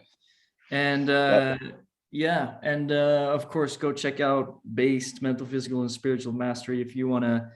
It's all my realizations that have dramatically made my life better, and I wish I would have known them way earlier. So, if you want to be smart Seriously, in life, it's a great book, man. And yeah, if you're watching this on my channel, there's a link to it down below. let's go. Yeah, and High Thumos will be linked here too. So in Base Brothers, but if you want to live life in the smart way, you want to learn from other people's mistakes and take their knowledge. That's how you improve. So read books, man. That's a great one. All right, bro. Agreed. All Cheers, right, Emil. man. Thank you, Wishing man. you a great year. Cheers. Wishing all the listeners an Yes, amazing sir. year. Let's get it, man. Let's get it. Yeah. Peace. Peace.